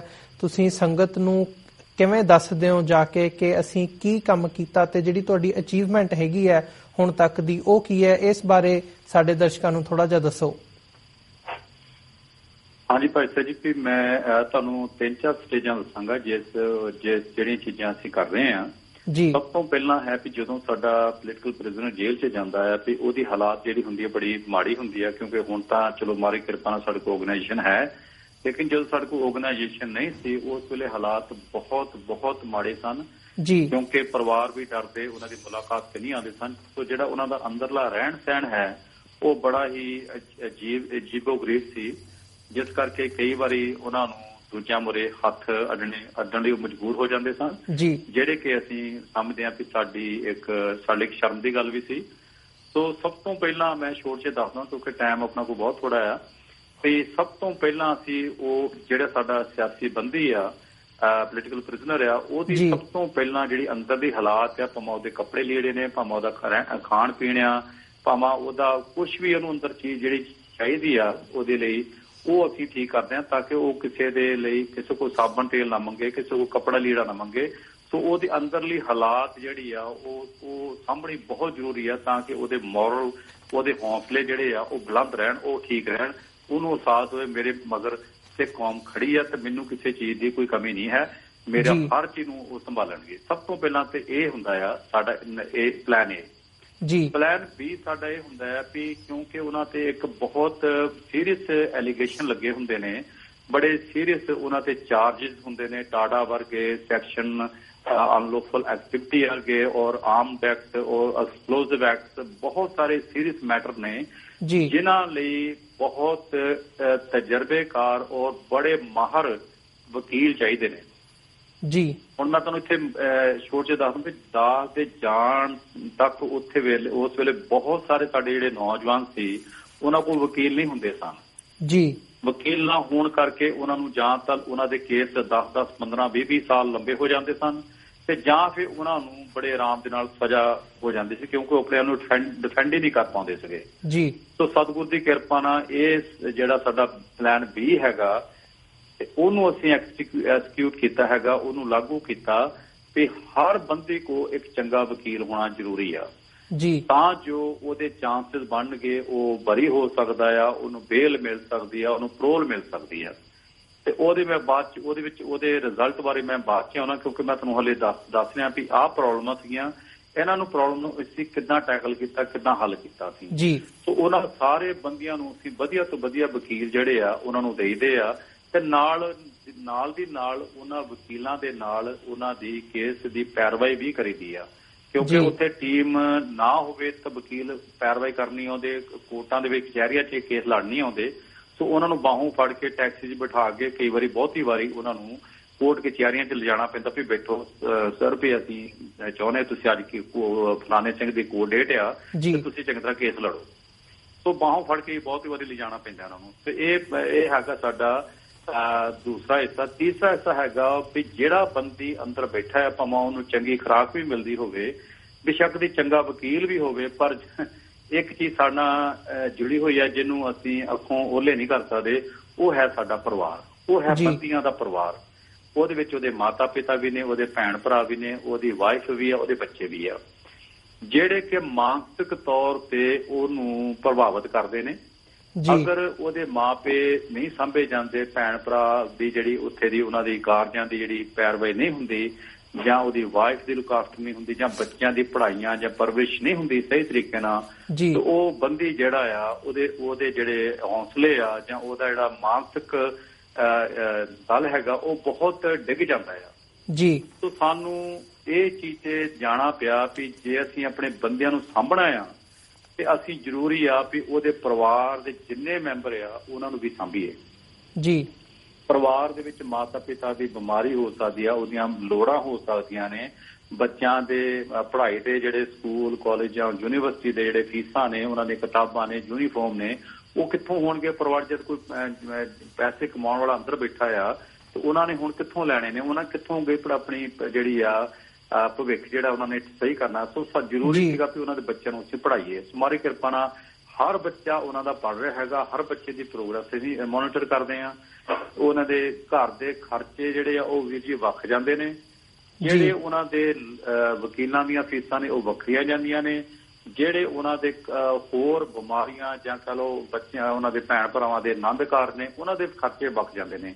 ਜਾਣੀ ਕਿ ਮੇਰਾ ਕਹਿਣ ਤੋਂ ਭਾਵ ਇਹ ਆ ਵੀ ਇੱਕ ਬੰਦੀ ਦੇ ਪਰਿਵਾਰ ਨੂੰ ਕਿੰਨੇ ਫੰਡ ਜਾ ਰਹੇ ਨੇ ਵੱਖਰੇ ਵੱਖਰੇ, ਵਕੀਲ ਦੇ ਅਲੱਗ, ਬੱਚਿਆਂ ਦੀ ਪੜ੍ਹਾਈਆਂ ਦੇ ਅਲੱਗ, ਬਿਮਾਰੀ ਦੇ ਅਲੱਗ, ਘਰੇਲੂ ਖਰਚਿਆਂ ਦੇ ਅਲੱਗ। ਹਾਂਜੀ, ਸੋ ਇਹ ਸੰਸਥਾ ਨੇ, ਇਸ ਆਰਗੇਨਾਈਜੇਸ਼ਨ ਨੇ ਇੱਕ ਕੰਮ ਵਧੀਆ ਕੀਤਾ ਵੀ ਉਸ ਬੰਦੀ ਦੇ ਸਾਰੇ ਸਿਸਟਮ ਨੂੰ ਸੰਭਾਲ ਲਿਆ ਤਾਂ ਕਿ ਉਹਨੂੰ ਅੰਦਰ ਬੈਠੇ ਨੂੰ ਕੋਈ ਪਰੇਸ਼ਾਨੀ ਨਾ ਹੋਵੇ ਜੀ। ਬਾਹਰ ਤਾਂ ਚਲੋ ਉਹਦੀ ਪੈਰਵਾਈ ਨਾਲ ਨਿਕਲਣਾ ਉਹਨੇ ਜਦੋਂ, ਪਰ ਉਹਦੇ ਜਿਹੜੇ ਬਾਕੀ ਦੇ ਜਿਹੜੇ ਪਰੇਸ਼ਾਨੀਆਂ ਨੇ ਉਹਦੇ ਵਿੱਚ ਉਹ ਡੁੱਬਿਆ ਨਾ ਰਹੇ, ਉਹਦੇ ਵਿੱਚ ਹੀ ਨਾ ਉਹ ਖਤਮ ਹੋ ਜਾਵੇ ਕਿਤੇ, ਹਨਾ ਜੀ। ਸੋ ਇੱਕ ਹੋਰ ਗੱਲ ਮੈਂ ਐਡ ਕਰਦਾ ਬੜੀ ਛੇਤੀ, ਕਿਉਂਕਿ ਇਹ ਸਾਰਾ ਕੁਝ ਕਰਨ ਤੋਂ ਬਾਅਦ ਜਦੋਂ ਬੰਦੀ ਸਾਡਾ ਬਰੀ ਹੋ ਜਾਂਦਾ ਸੀ ਜਾਂ ਉਹਨੂੰ ਬਾਹਰ ਅਸੀਂ ਕਢਾ ਲੈਂਦੇ ਸੀਗੇ, ਇੱਕ ਬਹੁਤ ਵੱਡੀ ਸਮੱਸਿਆ ਆਉਂਦੀ ਸੀ ਵੀ ਜਦੋਂ ਬੰਦਾ ਅੰਦਰ ਸੀ ਉਦੋਂ ਤਾਂ ਸਾਰਾ ਸਿਸਟਮ ਅਸੀਂ ਲੁੱਕ ਆਫਟਰ ਕਰਦੇ ਸੀਗੇ। ਹੁਣ ਜਦੋਂ ਬਾਹਰ ਆ ਗਿਆ ਤਾਂ ਫਿਰ ਅਸੀਂ ਨਹੀਂ ਕਰਦੇ, ਤੇ ਉਹ ਫਿਰ ਸ਼ਾਇਦ ਪਹਿਲੀ ਜਿਹੜੀ ਸਥਿਤੀ ਸੀਗੀ, ਸਿਚੁਏਸ਼ਨ ਸੀਗੀ, ਉਸ ਤੋਂ ਵੀ ਕਈ ਗੁਣਾ ਪਿੱਛੇ ਚਲਾ ਜਾਂਦਾ ਸੀਗਾ ਜੀ। ਤੋਂ ਅਸੀਂ ਇੱਕ ਹੋਰ ਪ੍ਰੋਜੈਕਟ ਸ਼ੁਰੂ ਕੀਤਾ ਵੀ ਜਦੋਂ ਵੀ ਕੋਈ ਬੰਦੀ ਬਾਹਰ ਆਵੇ ਉਹਨੂੰ ਇੱਕ ਛੋਟਾ ਜਿਹਾ ਬਿਜ਼ਨਸ ਖੋਲ ਕੇ ਦਿੱਤਾ ਜਾਵੇ, ਜਿਹਦੇ ਲਈ ਉਹ ਆਪਣੇ ਪਰਿਵਾਰ ਦੀ ਪਰਵਰਿਸ਼, ਪਰਿਵਾਰ ਦੀ ਦੇਖਭਾਲ ਜਿਹੜੀ ਆ ਆਪਣੀ ਕਿਰਤ ਕਮਾਈ ਕਰਕੇ ਬੜੇ ਆਰਾਮ ਨਾਲ ਕਰੇ ਜੀ। ਸੋ ਇੱਕ ਸਿੱਖ ਰਿਲੀਫ ਦੇ ਜਿਹੜੇ ਪ੍ਰੋਜੈਕਟ ਸੀਗੇ ਉਹਨਾਂ ਦੇ ਜਿਹੜੇ ਖਰਚੇ ਆ ਉਹ ਸਾਰੇ ਦੇ ਸਾਰੇ ਇੱਦਾਂ ਜਾਂਦੇ ਸੀਗੇ ਜੀ। ਸੋ ਜਿਹੜਾ ਤੁਸੀਂ ਦੂਸਰਾ ਸਵਾਲ ਕੀਤਾ ਸੀ ਵੀ ਉਹਦੀ ਪਾਰਦਰਸ਼ੀ ਜਿਹੜੀ ਹੈਗੀ ਆ, ਅਕਾਊਂਟੇਬਿਲਿਟੀ ਆ, ਉਹ ਕਿਸ ਤਰ੍ਹਾਂ ਅਸੀਂ ਕਰਦੇ ਸੀਗੇ। ਜਿੰਨੇ ਵੀ ਸਾਡੇ ਪਰਿਵਾਰ ਨੇ ਇੰਡੀਆ ਦੇ ਵਿੱਚ, ਭਾਵੇਂ ਵਕੀਲ ਨੇ, ਭਾਵੇਂ ਦੇ ਸਕੂਲਾਂ ਦੀਆਂ ਫੀਸਾਂ ਨੇ, ਭਾਵੇਂ ਮੈਡੀਕਲ ਨੇ, ਸਾਰਿਆਂ ਦੀ ਜਿਹੜੀ ਮਾਇਆ ਹੈਗੀ ਆ ਉਹ ਪਰਿਵਾਰਾਂ ਦੇ ਅਸੀਂ ਉੱਤੇ ਅਕਾਊਂਟ ਖੋਲੇ ਹੋਏ ਨੇ ਜੀ। ਹਰ ਪਰਿਵਾਰ ਦਾ ਅਕਾਊਂਟ ਖੋਲਿਆ ਆ। ਅਸੀਂ ਉਹਨਾਂ ਦੇ ਅਕਾਊਂਟ ਜਿਹੜੇ ਆਪਣੀ ਯੂਕੇ ਦੀ ਬੈਂਕ ਨੂੰ ਦਿੱਤੇ ਹੋਏ ਨੇ ਜੀ। ਵੀ ਜਦੋਂ ਹਰ ਮਹੀਨੇ ਉਹਨਾਂ ਦੀ ਜਿਹੜੀ ਫਿਕਸ ਅਮਾਉਂਟ ਆ ਉਹ ਜਾਣੀ ਆ, ਲੇਕਿਨ ਉਹਨਾਂ ਨੂੰ ਜੇ ਐਕਸਟਰਾ ਉਹਨਾਂ ਨੂੰ ਉਹ ਪੈਸੇ ਚਾਹੀਦੇ ਨੇ, ਉਹਨਾਂ ਨੂੰ ਮਾਇਆ ਦੀ ਲੋੜ ਆ, ਹੋ ਸਕਦਾ ਕਿਤੇ ਮੈਡੀਕਲ ਦੀ ਲੋੜ, ਕੋਈ ਆਨੰਦ ਕਾਰ ਆ ਗਿਆ, ਕੋਈ ਫੀਸਾਂ ਆ ਗਈਆਂ ਜਾਂ ਵਕੀਲ ਦੀ ਫੀਸ ਆ ਗਈ ਆ, ਤਾਂ ਫਿਰ ਉਹ ਜਿਹੜੀ ਆ ਉਹ ਬਾਇਆ ਬੈਂਕ ਰਾਹੀਂ ਜਾਂਦੀ ਆ, ਬੈਂਕ ਰਾਹੀਂ ਟ੍ਰਾਂਸਫਰ ਹੁੰਦੀ ਆ। ਉਹਦੇ ਵਿੱਚ ਨਾ ਤਾਂ ਯੂਕੇ ਦੇ ਵਿੱਚ ਕੋਈ ਮੈਂਬਰ ਪੈਸੇ ਕਢਾ ਸਕਦਾ ਤੇ ਨਾ ਹੀ ਇੰਡੀਆ ਚੋਂ ਕਢਾ ਸਕਦਾ ਆ ਜੀ। ਅਸੀਂ ਜਿਹੜਾ ਆ ਥਰਡ ਪਾਰਟੀ ਨੂੰ ਪਿੱਛੋਂ ਕੱਢ ਹੀ ਦਿੱਤਾ ਵੀ ਇੰਗਲੈਂਡ ਤੋਂ ਬੈਂਕ ਨੂੰ ਇੰਸਟਰਕਸ਼ਨ ਦਿੱਤੀਆਂ ਜਾਣਗੀਆਂ ਤੇ ਇੰਡੀਆ ਦੇ ਵਿੱਚ ਜਿਹੜੇ ਪਰਿਵਾਰਾਂ ਦੇ ਆਪਣੇ ਆਪਣੇ ਅਕਾਊਂਟ ਆ ਉਹਨਾਂ ਵਿੱਚ ਮਾਇਆ ਜਿਹੜੀ ਆ ਹਰ ਮਹੀਨੇ ਜਮਾ ਹੁੰਦੀ ਰਹੇਗੀ। ਸੋ ਇਹ ਉਹ ਅਕਾਊਂਟੇਬਿਲਿਟੀ ਆ, ਕਿਉਂਕਿ ਜਿਹੜੀ ਵੀ ਮਾਇਆ ਅਸੀਂ ਟ੍ਰਾਂਸਫਰ ਕਰਦੇ ਆ ਉਹ ਬੈਂਕ ਸ਼ੀਟ ਤੇ ਉਸ ਵੇਲੇ ਆ ਜਾਂਦੀ ਆ, ਉਹ ਇੱਕ ਰੈਕੋਰਡ ਬਣ ਜਾਂਦਾ, ਉਹਦੇ ਵਿੱਚ ਕੋਈ ਬੰਦਾ ਇੰਟਰਫੇਰੈਂਸ ਨਹੀਂ ਕਰ ਸਕਦਾ ਜੀ। ਬਲਬੀਰ ਸਿੰਘ ਜੀ, ਇੱਕ ਤਾਂ ਮੈਂ ਜਾਣਨਾ ਚਾਹੂੰਗਾ ਤੁਹਾਡਾ ਲਾਸਟ ਕੁਐਸਚਨ ਸੀ ਪ੍ਰਾਪਤੀਆਂ ਦਾ। ਹਾਂਜੀ, ਮੈਂ ਉਹ ਵੀ ਦੱਸ ਦਵਾਂ। ਮਹਾਰਾਜ ਦੀ ਕਿਰਪਾ ਨਾਲ ਇਹ ਸੰਗਤਾਂ ਦੇ ਸਹਿਯੋਗ ਨਾਲ ਇੰਨਾ ਵਧੀਆ ਚੱਲਿਆ ਪਿਛਲੇ 8 ਸਾਲ ਤੋਂ ਪ੍ਰੋਗਰਾਮ, ਵੀ ਅੱਜ 200 ਤੋਂ ਉੱਤੇ ਬੰਦਿਆਂ ਦੀ ਲਿਸਟ ਆ ਜਿਹੜੇ ਅਸੀਂ ਪ੍ਰਿਜ਼ਨਰ ਬਰੀ ਕਰਾਏ ਨੇ, ਬੇਲ ਕਰਾਏ ਨੇ, ਉਹ ਅੱਜ ਆਪਣੇ ਪਰਿਵਾਰਾਂ 'ਚ ਬੈਠੇ ਨੇ। ਸੋ ਇਹ ਰਿਜ਼ਲਟ ਹੈ ਵੀਰ ਜੀ, ਮਹਾਰਾਜ ਦੀ ਕਿਰਪਾ ਨਾਲ ਵੀ ਬਹੁਤ ਹਾਰਡ ਮਿਹਨਤ ਕੀਤੀ ਆ ਆਪਣੀ ਟੀਮ ਨੇ, ਔਰ ਸੰਗਤਾਂ ਨੇ ਵੀ ਬਹੁਤ ਸਹਿਯੋਗ ਦਿੱਤਾ, ਜਿਹਦੇ ਕਾਰਨ ਅਸੀਂ ਇਹ ਸ਼ੁਕਰਗੁਜ਼ਾਰ ਹਾਂ ਸਤਿਗੁਰ ਦਾ ਵੀ ਔਰ ਸੰਗਤਾਂ ਦਾ ਵੀ, ਜਿਨ੍ਹਾਂ ਨੇ ਏਡਾ ਵੱਡਾ ਹੌਸਲਾ ਤੇ ਆਪਣੀ ਮਦਦ ਦਿੱਤੀ ਹੈ, ਜਿਹਦਾ ਕਰਕੇ ਇੰਨੇ ਵੱਡੇ ਨੰਬਰ ਦੇ ਵਿੱਚ ਸਾਡੇ ਬੰਦੀ ਜਿਹੜੇ ਆਪਣੇ ਘਰਾਂ ਦੇ ਪਰਿਵਾਰਾਂ ਵਿੱਚ ਬੱਚਿਆਂ ਕੋਲ ਬੈਠੇ ਨੇ ਜੀ। ਬਲਬੀਰ ਸਿੰਘ ਜੀ, ਜਿਵੇਂ ਮੈਂ ਇਹੀ ਤੁਹਾਡੇ ਕੋਲੋਂ ਪੁੱਛਣਾ ਚਾਹੁੰਦਾ ਸੀ ਕਿ ਕਿੰਨੇ ਕੁ ਪਰਿਵਾਰ ਹੈਗੇ ਆ ਜਿਨ੍ਹਾਂ ਨੂੰ ਤੁਸੀਂ ਜਿਹੜੀਆਂ ਸੇਵਾਵਾਂ ਹੈਗੀਆਂ ਨੇ ਉਹ ਮੁਹੱਈਆ ਕਰਵਾ ਰਹੇ ਹੋ, ਜੋ ਤੁਸੀਂ ਆਲਰੇਡੀ ਦੱਸਿਆ ਕਿ ਕਰੀਬ 200 ਦੇ ਕਰੀਬ ਤੁਹਾਡੇ ਕੋਲ ਏਦਾਂ ਦੇ ਰਿਜ਼ਲਟ ਹੈਗੇ ਆ ਜਿਨ੍ਹਾਂ ਨੂੰ ਤੁਸੀਂ ਬਰੀ ਕਰਵਾਇਆ, ਜਾਂ ਫਿਰ ਕਹਿ ਲਓ ਉਹਨਾਂ ਨੂੰ ਪੈਰੋਲ ਦੇ ਉੱਪਰ ਜਾਂ ਹੋਰ ਜਿਹੜੀਆਂ ਉਹ ਵਾਪਸ ਜ਼ਮਾਨਤਾਂ ਦੇ ਉੱਪਰ ਉਹ ਆਪਣੇ ਪਰਿਵਾਰਾਂ ਦੇ ਵਿੱਚ ਵਾਪਸ ਆ ਸਕੇ ਆ। ਸੋ ਇਸੇ ਦੇ ਨਾਲ ਜਦੋਂ ਅਸੀਂ ਹੋਰ ਪ੍ਰੋਜੈਕਟਸ ਦੀ ਗੱਲ ਕਰਦੇ ਹਾਂ ਤਾਂ as an organization, as a Sikh relief, ਤੁਸੀਂ ਹੋਰ ਕਿਹੜੇ ਫੀਲਡਸ ਨੂੰ ਟਾਰਗੇਟ ਕਰਦੇ ਹੋ? ਸਿਆਸੀ ਕੈਦੀਆਂ ਨੂੰ ਛੱਡ ਕੇ ਕੋਈ ਹੋਰ ਕਿਹੜੇ ਹਿਊਮਨ ਰਾਈਟਸ ਤੇ ਫੀਲਡਸ ਹੈਗੇ ਆ ਜਿਨ੍ਹਾਂ ਦੇ ਉੱਪਰ ਤੁਸੀਂ ਇਸ ਵਕਤ ਕੰਮ ਕਰ ਰਹੇ ਹੋ? ਹਾਂਜੀ, ਦੂਸਰੇ ਇਸੇ ਤਰ੍ਹਾਂ ਜਿਸ ਤਰ੍ਹਾਂ ਆਪਾਂ ਇੱਕ ਹਿੱਸਾ ਦੇਖ ਰਹੇ ਹਾਂ, ਪੰਥ ਦਾ ਬੜਾ ਖਤਰੇ 'ਚ ਸੀ, ਬੜੀ ਇਹਨੂੰ ਲੋੜ ਸੀ ਇਸ ਪ੍ਰੋਜੈਕਟ ਨੂੰ, ਇਸੇ ਤਰ੍ਹਾਂ ਹੀ ਅਸੀਂ ਉੱਥੇ ਕੁਝ ਵਿਦਵਾਨਾਂ ਨਾਲ ਗੱਲ ਕੀਤੀ ਵੀ ਪੰਜਾਬ ਦੇ ਵਿੱਚ ਹੋਰ ਕਿਹੜੇ ਖੇਤਰ ਨੇ ਜਿਹਦੇ ਵਿੱਚ ਪੰਜਾਬ ਨੂੰ ਅਸੀਂ ਆਪਣੇ ਇੱਥੋਂ ਦੀ ਜਿਹੜੀ ਕੋਈ ਸੇਵਾ ਆ ਲਾ ਕੇ ਕਿਸੇ ਰੂਪ ਦੇ ਵਿੱਚ ਜਿਹੜੀ ਸਾਡੇ ਨੋਟਿਸ 'ਚ ਨਹੀਂ ਆਈ ਗੱਲ, ਉਹ ਅਸੀਂ ਕਰ ਸਕਦੇ। ਸ਼ਹੀਦ ਪਰਿਵਾਰਾਂ ਦੇ ਵਿੱਚ ਅਸੀਂ ਕਰਦੇ ਹਾਂ, ਲੇਕਿਨ ਇਸ ਤੋਂ ਇਲਾਵਾ ਹੁਣ ਇਸ ਸਾਲ ਅਸੀਂ ਕੁਝ ਪ੍ਰੋਜੈਕਟ 2-4 ਹੋਰ ਸ਼ੁਰੂ ਕੀਤੇ ਨੇ। ਖਾਸ ਕਰਕੇ ਇੱਕ ਪ੍ਰੋਜੈਕਟ ਇਹੋ ਜਿਹਾ ਹੈ ਜਿਹੜਾ ਬਹੁਤ ਜ਼ਰੂਰੀ ਹੈ, ਜਿਵੇਂ ਇਹ ਪ੍ਰੋਜੈਕਟ ਜ਼ਰੂਰੀ ਸੀ ਉਸੇ ਤਰ੍ਹਾਂ ਇਹ ਦੂਸਰਾ ਪ੍ਰੋਜੈਕਟ ਵੀ ਸਾਹਮਣੇ ਉਹਦੇ ਨਾਲ ਹੀ ਹੈਗਾ, ਕਿਉਂਕਿ ਪੰਜਾਬ ਦੀ ਜਿਹੜੀ ਵਾਤਾਵਰਨ ਦੀ ਗੱਲ ਹੈਗੀ ਆ ਉਹ ਮੈਂ ਜ਼ਰੂਰ ਸੰਗਤਾਂ ਸਾਹਮਣੇ 1-2 ਮਿੰਟ 'ਚ ਰੱਖਣੀ ਚਾਹੁੰਦਾ ਵੀ ਪੰਜਾਬ ਇੱਕ ਉਸ ਰਾਹ ਨੂੰ ਤੋੜ ਦਿੱਤਾ ਗਿਆ ਜਾਂ ਸਾਡੇ ਕੋਲੋਂ ਬੈਕਡੋਰ ਥਾਣੀ ਸਾਨੂੰ ਪੰਜਾਬ ਨੂੰ ਧੱਕਿਆ ਜਾ ਰਿਹਾ, ਜਿੱਥੇ ਅਗਲੇ 50-60 ਸਾਲ ਨੂੰ ਪੰਜਾਬ ਰੇਗਿਸਤਾਨ ਬਣ ਸਕਦਾ ਆ ਜੀ। ਉਹ ਹੈ ਵੀ ਪੰਜਾਬ ਦੇ ਵਿੱਚ 2 ਲੱਖ ਤੋਂ ਉੱਤੇ ਜਿਹੜੇ ਦਰਖਤ ਆ ਉਹ ਵੱਢੇ ਜਾ ਰਹੇ ਨੇ ਤੇ ਉਹਦੀ ਰਿਪਲੇਸਮੈਂਟ ਕੋਈ ਨਹੀਂ ਹੋ ਰਹੀ, ਜਿਸ ਕਰਕੇ ਪੰਜਾਬ ਦਾ ਵਾਤਾਵਰਨ, ਉੱਥੇ ਦੀ ਸ਼ੁੱਧ ਹਵਾ, ਧਰਤੀ ਔਰ ਉੱਥੇ ਨਾ ਮੀਂਹ ਪੈਣ ਕਾਰਨ ਜਿਹੜਾ ਪਾਣੀ ਦਾ ਜਿਹੜਾ ਤਲ ਹੈਗਾ ਉਹ ਬਹੁਤ ਥੱਲੇ ਜਾ ਰਿਹਾ ਹੈਗਾ, ਕਿਉਂਕਿ ਇੱਕ ਉੱਥੇ ਜਿਹੜੀ ਹੈਗੀ ਆ ਕਹਿ ਲਓ ਵੀ ਦਰਖਤਾਂ ਦੀ ਘਾਟ ਹੋਣ ਕਰਕੇ ਉੱਥੇ ਮੀਂਹ ਨਹੀਂ ਪੈ ਰਹੇ ਤੇ ਉਹਦੀ ਕਰਕੇ ਹੋਰ ਬੜੇ ਜਿਹੜੇ ਖਤਰੇ ਜਿਹੜੇ ਹੈਗੇ ਆ ਪੰਜਾਬ ਦੇ ਵਿੱਚ ਸਾਨੂੰ ਸਾਹਮਣਾ ਕਰਨਾ ਪੈਣਾ ਜਿਨ੍ਹਾਂ ਦਾ। ਤੇ ਇਸ ਕਰਕੇ ਅਸੀਂ ਇੱਕ ਪ੍ਰੋਜੈਕਟ ਸ਼ੁਰੂ ਕੀਤਾ ਵੀ ਪਿੰਡ ਜਿਹੜਾ ਹੈਗਾ ਉਹ ਦਰਖਤਾਂ ਦੀ ਜਿਹੜੀ ਹੈਗੀ ਆ ਸ਼ੁਰੂਆਤ ਕੀਤੀ ਆ ਤੇ ਘੱਟ ਤੋਂ ਘੱਟ ਹਰੇਕ ਪਿੰਡ ਵਿੱਚ 50-100 ਦਰਖਤ ਲਾਇਆ ਜਾਵੇ ਜਿਹੜਾ ਆਉਣ ਵਾਲੇ ਸਮੇਂ ਲਈ ਸਾਡੇ ਪੰਜਾਬ ਦੀ ਧਰਤੀ ਲਈ ਉਹ ਜਿਹੜੇ ਮੀਂਹ ਨਹੀਂ ਪੈ ਰਿਹਾ ਸਾਡਾ ਪਾਣੀ ਜਿਹੜਾ ਹੈਗਾ ਹੁਣ ਪਾਣੀ ਦੇ ਮਸਲੇ ਨੂੰ ਲੈ ਕੇ ਤੇ ਉਹ ਕਿੰਨਾ ਰੌਲਾ ਪੈ ਰਿਹਾ ਹੈਗਾ ਇੱਕ SYL ਜਿਹੜੀ ਨਹਿਰ ਆ ਉਹ ਨਹੀਂ ਪਾਣੀ ਦਿੱਤਾ ਜਾਣਾ ਚਾਹੀਦਾ ਸਾਡਾ ਕਿੰਨਾ ਲੇਕਿਨ ਉਹਦੇ ਪਿੱਛੇ ਇੱਕ ਹੋਰ ਵੱਡਾ ਖਤਰਾ ਜਿਹੜਾ ਸਾਨੂੰ ਨਜ਼ਰ ਨਹੀਂ ਆ ਰਿਹਾ ਜਿਹਦਾ ਕਰਕੇ ਪੰਜਾਬ ਉਸ ਤੋਂ ਵੀ ਵੱਡੇ ਖਤਰੇ 'ਚ ਮੈਂ ਸਮਝਦਾ ਬੈਠਾ ਆ ਉਹਨੂੰ ਐਡਰੈਸ ਕਰਨ ਦੀ ਲੋੜ ਆ। ਇਸ ਕਰਕੇ ਸਿੱਖ ਲੀਗ ਨੇ ਇੱਕ ਪ੍ਰੋਜੈਕਟ ਵਾਤਾਵਰਨ ਦਾ ਇਨਵਾਇਰਨਮੈਂਟ ਦਾ ਵੀ ਸ਼ੁਰੂ ਕੀਤਾ ਹੈਗਾ ਦਰਖਤ ਲਾਉਣੇ ਪਿੰਡ ਜੀ। ਪ੍ਰੀਤ ਕੌਰ ਜੀ ਇਸੇ ਦੇ ਨਾਲ ਮੈਂ ਤੁਹਾਡੇ ਕੋਲੋਂ ਜਾਣਨਾ ਚਾਹੂੰਗਾ ਕਿ ਤੁਹਾਡੇ ਜਿਹੜੇ ਤੁਸੀਂ ਅੱਜ ਹੁਣ ਸੰਗਤਾਂ ਦੇ ਵਿੱਚ ਵਿਚਰ ਰਹੇ ਹੋ ਤੁਹਾਡੇ ਔਨਗੋਇੰਗ ਪ੍ਰੋਜੈਕਟਸ ਕਿਹੜੇ ਹੈਗੇ ਆ ਜਿਹਦੇ ਵਿੱਚ ਤੁਸੀਂ ਸੰਗਤਾਂ ਦੇ ਵਿੱਚ ਜਾਂਦੇ ਹੋ ਨਾਲੇ ਉਹਨਾਂ ਨੂੰ ਜਾਣੂ ਕਰਵਾਉਂਦੇ ਹੋ ਤੇ ਨਾਲੇ ਉਹਨਾਂ ਕੋਲੋਂ ਜਿਹੜੀ ਮਦਦ ਦੀ ਹੈਗੀ ਹੈ ਉਹ ਅਪੀਲ ਕਰਦੇ ਹੋ? at this time ਸਾਨੂੰ ਨਾ ਲਾਈਕ ਭਾਈ ਜੋਗਾ ਸਿੰਘ ਤੁਸੀਂ ਜਾਣਦੇ ਹੋਣੇ ਆ ਨਾ ਅਸੀਂ ਉਹਨਾਂ ਵਾਸਤੇ ਫੰਡ ਰੇਜ਼ਿੰਗ ਕਰਨ ਦੇ ਆ ਤੇ ਲਾਈਕ ਭਾਈ ਸਾਹਿਬ ਸੈਡ ਵੀ ਜਿਹੜੇ ਦਰਖਤ ਆ ਉਹ ਬਹੁਤ ਜ਼ਰੂਰੀ ਆ that you know we take care of Punjab from pind to pind they put the trees in there so that way we get rain and ਜਿਹੜੀ soil ਵੀ ਠੀਕ ਹੋਵੇ so we're pretty much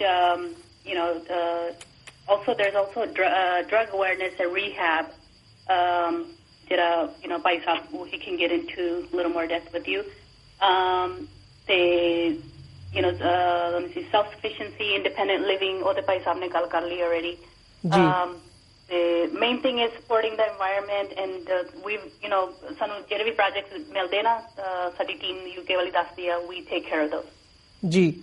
ਪ੍ਰੀਤ ਜੀ ਜਿਵੇਂ ਇੱਕ ਐਡ ਕਰਦਾ ਕਿਉਂਕਿ ਭੈਣ ਜੀ ਦੱਸਣ ਦੀ ਕੋਸ਼ਿਸ਼ ਕਰ ਰਿਹਾ ਮੈਂ ਕਈ ਵਾਰੀ ਬੰਦਾ ਰੇਡੀਓ ਤੇ ਪਹਿਲੀ ਵਾਰੀ ਆਇਆ ਤੇ ਉਹ ਕਈ ਵਾਰੀ ਘਬਰਾ ਜਾਂਦਾ ਜਾਂ ਨਹੀਂ ਦੱਸ ਪਾਉਂਦਾ ਲੇਕਿਨ ਉਹਦੇ ਵਿੱਚ ਅਸੀਂ ਪਿੰਡ ਧਰਮ ਪ੍ਰਚਾਰ ਵੀ ਕਰ ਰਹੇ ਹਾਂ ਕਿਉਂਕਿ ਅਸੀਂ ਦੇਖ ਰਹੇ ਹਾਂ ਵੀ ਪਿੰਡਾਂ ਦੇ ਵਿੱਚ ਸਾਡਾ ਕੋਈ ਪ੍ਰਚਾਰ ਨਹੀਂ ਹੋ ਰਿਹਾ ਨਾ ਸਾਡਾ ਰਾਗੀ ਜਾ ਰਿਹਾ ਢਾਡੀ ਜਾ ਰਿਹਾ ਨਾ ਕਥਾਵਾਚਕ ਜਾ ਰਿਹਾ ਹੈਗਾ ਉੱਥੇ ਆਣ ਕੇ ਡੇਰੇ ਦੂਜੇ ਧਰਮਾਂ ਨੇ ਰਾਹ ਸਵਾਮੀ ਜਾਂ ਹੋਰ ਮਤਾਂ ਦੇ ਜਿਹੜੇ ਹੈਗੇ ਨੇ ਉਹਨਾਂ ਨੇ ਆਣ ਕੇ ਆਪਣੇ ਉੱਥੇ ਜਗ੍ਹਾ ਬਣਾ ਲਈਆਂ ਨੇ ਤੇ ਸਾਡੇ ਭੋਲੇ ਭਾਲੇ ਪਿੰਡਾਂ ਦੇ ਲੋਕਾਂ ਨੂੰ ਗੁੰਮਰਾਹ ਕਰਨਾ ਸ਼ੁਰੂ ਕੀਤਾ ਆ।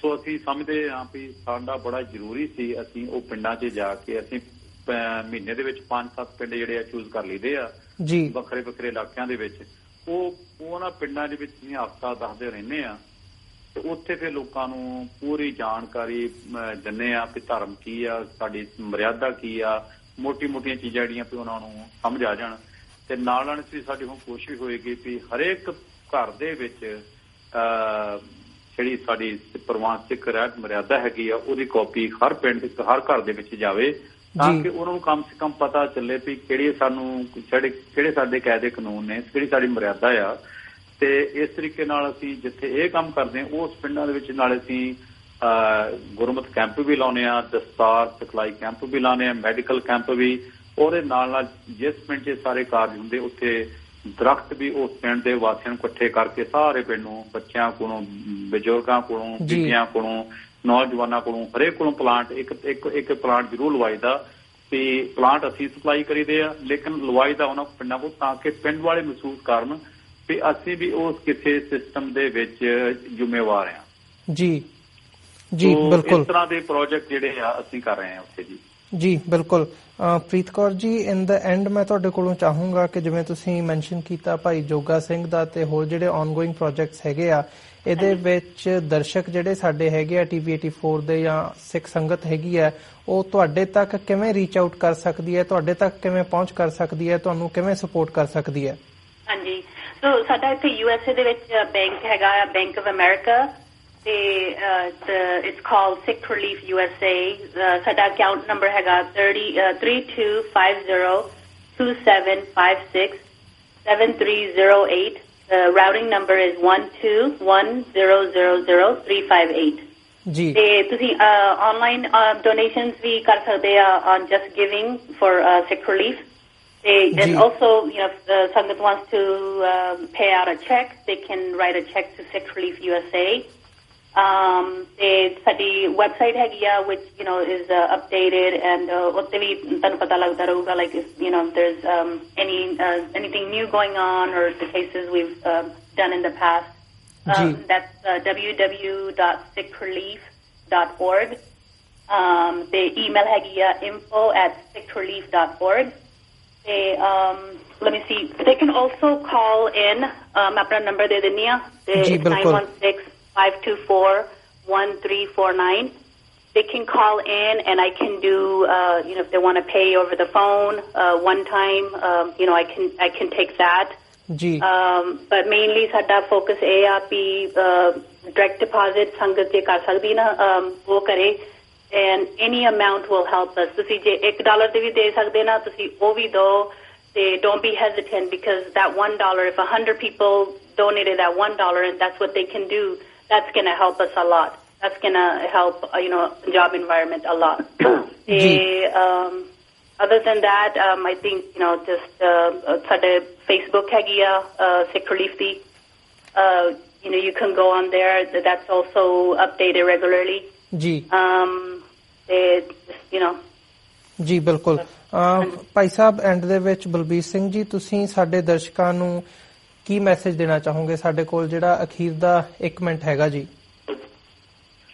ਹਾਂਜੀ, ਮੈਂ ਸਮੁੱਚੀ USC ਸੰਗਤ ਨੂੰ 2 ਹੱਥ ਜੋੜ ਕੇ ਆਪਣਾ ਗਲ 'ਚ ਪੱਲਾ ਪਾ ਕੇ ਬੇਨਤੀ ਕਰਦਾ ਹੈਗਾ ਵੀ ਜਿਨ੍ਹਾਂ ਨੇ ਸਾਡੀ ਖਾਤਰ ਆਪਣੀ ਜ਼ਿੰਦਗੀਆਂ ਰੋਲ ਦਿੱਤੀਆਂ, ਔਰ ਬਹੁਤ ਸਾਰੇ ਸਾਡੇ ਨੌਜਵਾਨ ਚਲੇ ਵੀ ਗਏ ਨੇ, ਉਹ ਮਾਵਾਂ ਦੇ ਘਰ ਮੁੜ ਕੇ ਸ਼ਾਇਦ ਉਹ ਚੀਜ਼ ਦਾ ਚਾਨਣ ਨਹੀਂ ਹੋਣਾ, ਹਨੇਰਾ ਦਿਸ ਰਿਹਾ, ਪਰ ਲੇਕਿਨ ਉਹਨਾਂ ਨੂੰ ਅਸੀਂ ਵਾਪਸ ਤਾਂ ਨਹੀਂ ਲਿਆ ਸਕਦੇ, ਉਹਨਾਂ ਦੇ ਟਾਈਮ ਨੂੰ ਵਾਪਸ ਨਹੀਂ, ਪਰ ਲੇਕਿਨ ਉਹਨਾਂ ਨੂੰ ਅਸੀਂ ਕੁਛ ਰਾਹਤ ਦੇ ਸਕਦੇ ਹਾਂ, ਕੋਈ ਉਹਨਾਂ ਦੀ ਮਦਦ ਕਰ ਸਕਦੇ ਹਾਂ, ਉਸ ਦੁੱਖ ਦੇ ਵਿੱਚ ਥੋੜ੍ਹੀ ਸਾਂਝ ਪਾ ਸਕਦੇ ਹਾਂ, ਤਾਂ ਜੋ ਉਹਨਾਂ ਦਾ ਦੁੱਖ ਹੌਲਾ ਹੋ ਸਕੇ, ਉਹਨਾਂ ਦਾ ਜਿਹੜਾ ਦਰਦ ਆ ਕੋਈ ਘੱਟ ਸਕੇ।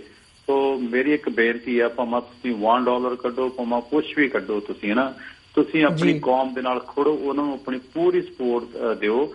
ਗੁਰੂ ਨਾਨਕ ਸਾਹਿਬ ਨੇ ਅੱਜ ਦੇ ਦਿਨ ਸਾਨੂੰ ਇਹੀ ਮੈਸੇਜ ਆ, ਗੁਰੂ ਨਾਨਕ ਸਾਹਿਬ ਨੇ ਜੋ ਕੀਤਾ ਪ੍ਰੈਕਟੀਕਲੀ ਕੀਤਾ, ਕਿਤੇ ਅਸੀਂ ਪੁਰਾਤਨ ਇਤਿਹਾਸ ਹੀ ਨਾ ਪੜ੍ਹਦੇ ਰਹਿ ਜਾਈਏ।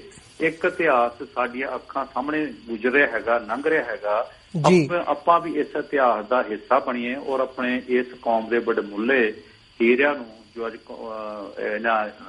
ਜੇਲ੍ਹਾਂ 'ਚ ਰੋਲ ਰਹੇ ਨੇ ਤੇ ਉਹਨਾਂ ਦੇ ਪਿੱਛੇ ਪਰਿਵਾਰ ਨੇ, ਆਪਾਂ ਉਹਨੂੰ ਸਾਰੇ ਰਲ ਮਿਲ ਕੇ ਸਾਂਭੀਏ, ਤੇ ਇਹ ਸਾਡੀ ਜਿਹੜੀ ਹੈਗੀ ਆ ਪ੍ਰੈਕਟੀਕੈਲਿਟੀ ਹੋਏਗੀ। ਤੇ ਅਸੀਂ ਇੱਕ ਵਚਨਬੱਧ ਹਾਂ ਕਿ ਜਿੰਨੇ ਵੀ ਤੁਸੀਂ ਜੋ ਵੀ ਸੇਵਾ ਦੋਗੇ, ਅਸੀਂ TV 84 ਦੇ ਉੱਤੇ ਆਣ ਕੇ ਹਰ ਹਾਲ ਦੇ ਵਿੱਚ ਉਹਦਾ ਵੇਰਵਾ ਦੱਸਾਂਗੇ ਵੀ ਤੁਹਾਡੇ ਪੈਸੇ ਕਿੱਥੇ ਲੱਗ ਰਹੇ ਨੇ। ਤੇ ਮੈਂ ਇਹਦੇ ਨਾਲ TV 84 ਵਾਲੇ ਦੇ ਸਮੁੱਚੇ ਮੈਨੇਜਮੈਂਟ ਦਾ, ਤੁਹਾਡਾ ਵੀਰ ਜੀ, ਸਾਰਿਆਂ ਦਾ ਮੈਂ ਧੰਨਵਾਦ ਕਰਦਾ ਜਿਨ੍ਹਾਂ ਨੇ ਸਾਨੂੰ ਅੱਜ ਸਾਰੇ ਸਰੋਤਿਆਂ ਦੇ ਸੰਗਤ ਦੇ ਰੂਬਰੂ ਹੋਣ ਦਾ ਸਮਾਂ ਦਿੱਤਾ ਆ। ਸੋ ਬਹੁਤ ਬਹੁਤ ਬਿਗ ਥੈਂਕ ਯੂ, ਐਂਡ ਮੈਂ ਸੰਗਤਾਂ ਦਾ ਵੀ ਧੰਨਵਾਦ ਕਰਦਾ ਜੀ। ਵਾਹਿਗੁਰੂ ਜੀ ਕਾ ਖਾਲਸਾ, ਵਾਹਿਗੁਰੂ ਜੀ ਕੀ ਫਤਿਹ। ਇਸੇ ਦੇ ਨਾਲ ਅਸੀਂ ਤੁਹਾਡੇ ਕੋਲੋਂ ਅੱਜ ਦੇ ਸ਼ੋਅ ਵਿੱਚ ਬਲਬੀਰ ਸਿੰਘ ਅਤੇ ਪ੍ਰੀਤ ਕੌਰ ਜੀ ਆਗਿਆ ਲੈਂਦੇ ਹਾਂ ਜੀ, ਤੇ ਤੁਹਾਡੇ ਨਾਲ ਜ਼ਰੂਰ ਦੁਬਾਰਾ ਫਿਰ ਰਾਬਤਾ ਕਰਾਂਗੇ, ਤੇ ਇਜਾਜ਼ਤ ਦਿਓ ਜੀ। ਵਾਹਿਗੁਰੂ ਜੀ ਕਾ ਖਾਲਸਾ, ਵਾਹਿਗੁਰੂ ਜੀ ਕੀ ਫਤਿਹ। ਵਾਹਿਗੁਰੂ ਜੀ ਕਾ ਖਾਲਸਾ, ਵਾਹਿਗੁਰੂ ਜੀ ਕੀ ਫਤਿਹ। ਵਾਹਿਗੁਰੂ ਜੀ ਕੀ ਫਤਿਹ ਜੀ। ਵਿਊਅਰਸ, ਇਸੇ ਦੇ ਨਾਲ ਅਸੀਂ ਅੱਜ ਦਾ ਸ਼ੋਅ ਇੱਥੇ ਹੀ ਸਮਾਪਤ ਕਰਦੇ ਹਾਂ। ਉਮੀਦ ਕਰਦੇ ਹਾਂ ਕਿ ਜਿਹੜੀ ਕਾਜ਼ ਨੂੰ ਲੈ ਕੇ ਇਹ ਆਰਗੇਨਾਈਜੇਸ਼ਨ ਬਣੀ ਹੋਈ ਹੈ ਤੇ ਚੱਲ ਰਹੇ ਨੇ, ਸੰਗਤ ਆਪਣਾ ਕੰਮ ਕਰ ਰਹੀ ਹੈ, ਉਹਦੇ 'ਚ ਅਸੀਂ ਆਪਣਾ ਵੀ ਬਣਦਾ ਯੋਗਦਾਨ ਪਾਈਏ। ਤੇ ਇਸੇ ਦੇ ਨਾਲ ਅਸੀਂ ਸ਼ੋਅ ਦੀ ਇੱਥੇ ਹੀ ਸਮਾਪਤੀ ਕਰਦੇ ਹਾਂ। ਕੱਲ ਨੂੰ ਫਿਰ ਤੁਹਾਡੇ ਨਾਲ ਮੁਲਾਕਾਤ ਹੋਵੇਗੀ ਜੀ। ਇਜਾਜ਼ਤ ਦਿਓ। ਵਾਹਿਗੁਰੂ ਜੀ ਕਾ ਖਾਲਸਾ, ਵਾਹਿਗੁਰੂ ਜੀ ਕੀ ਫਤਿਹ।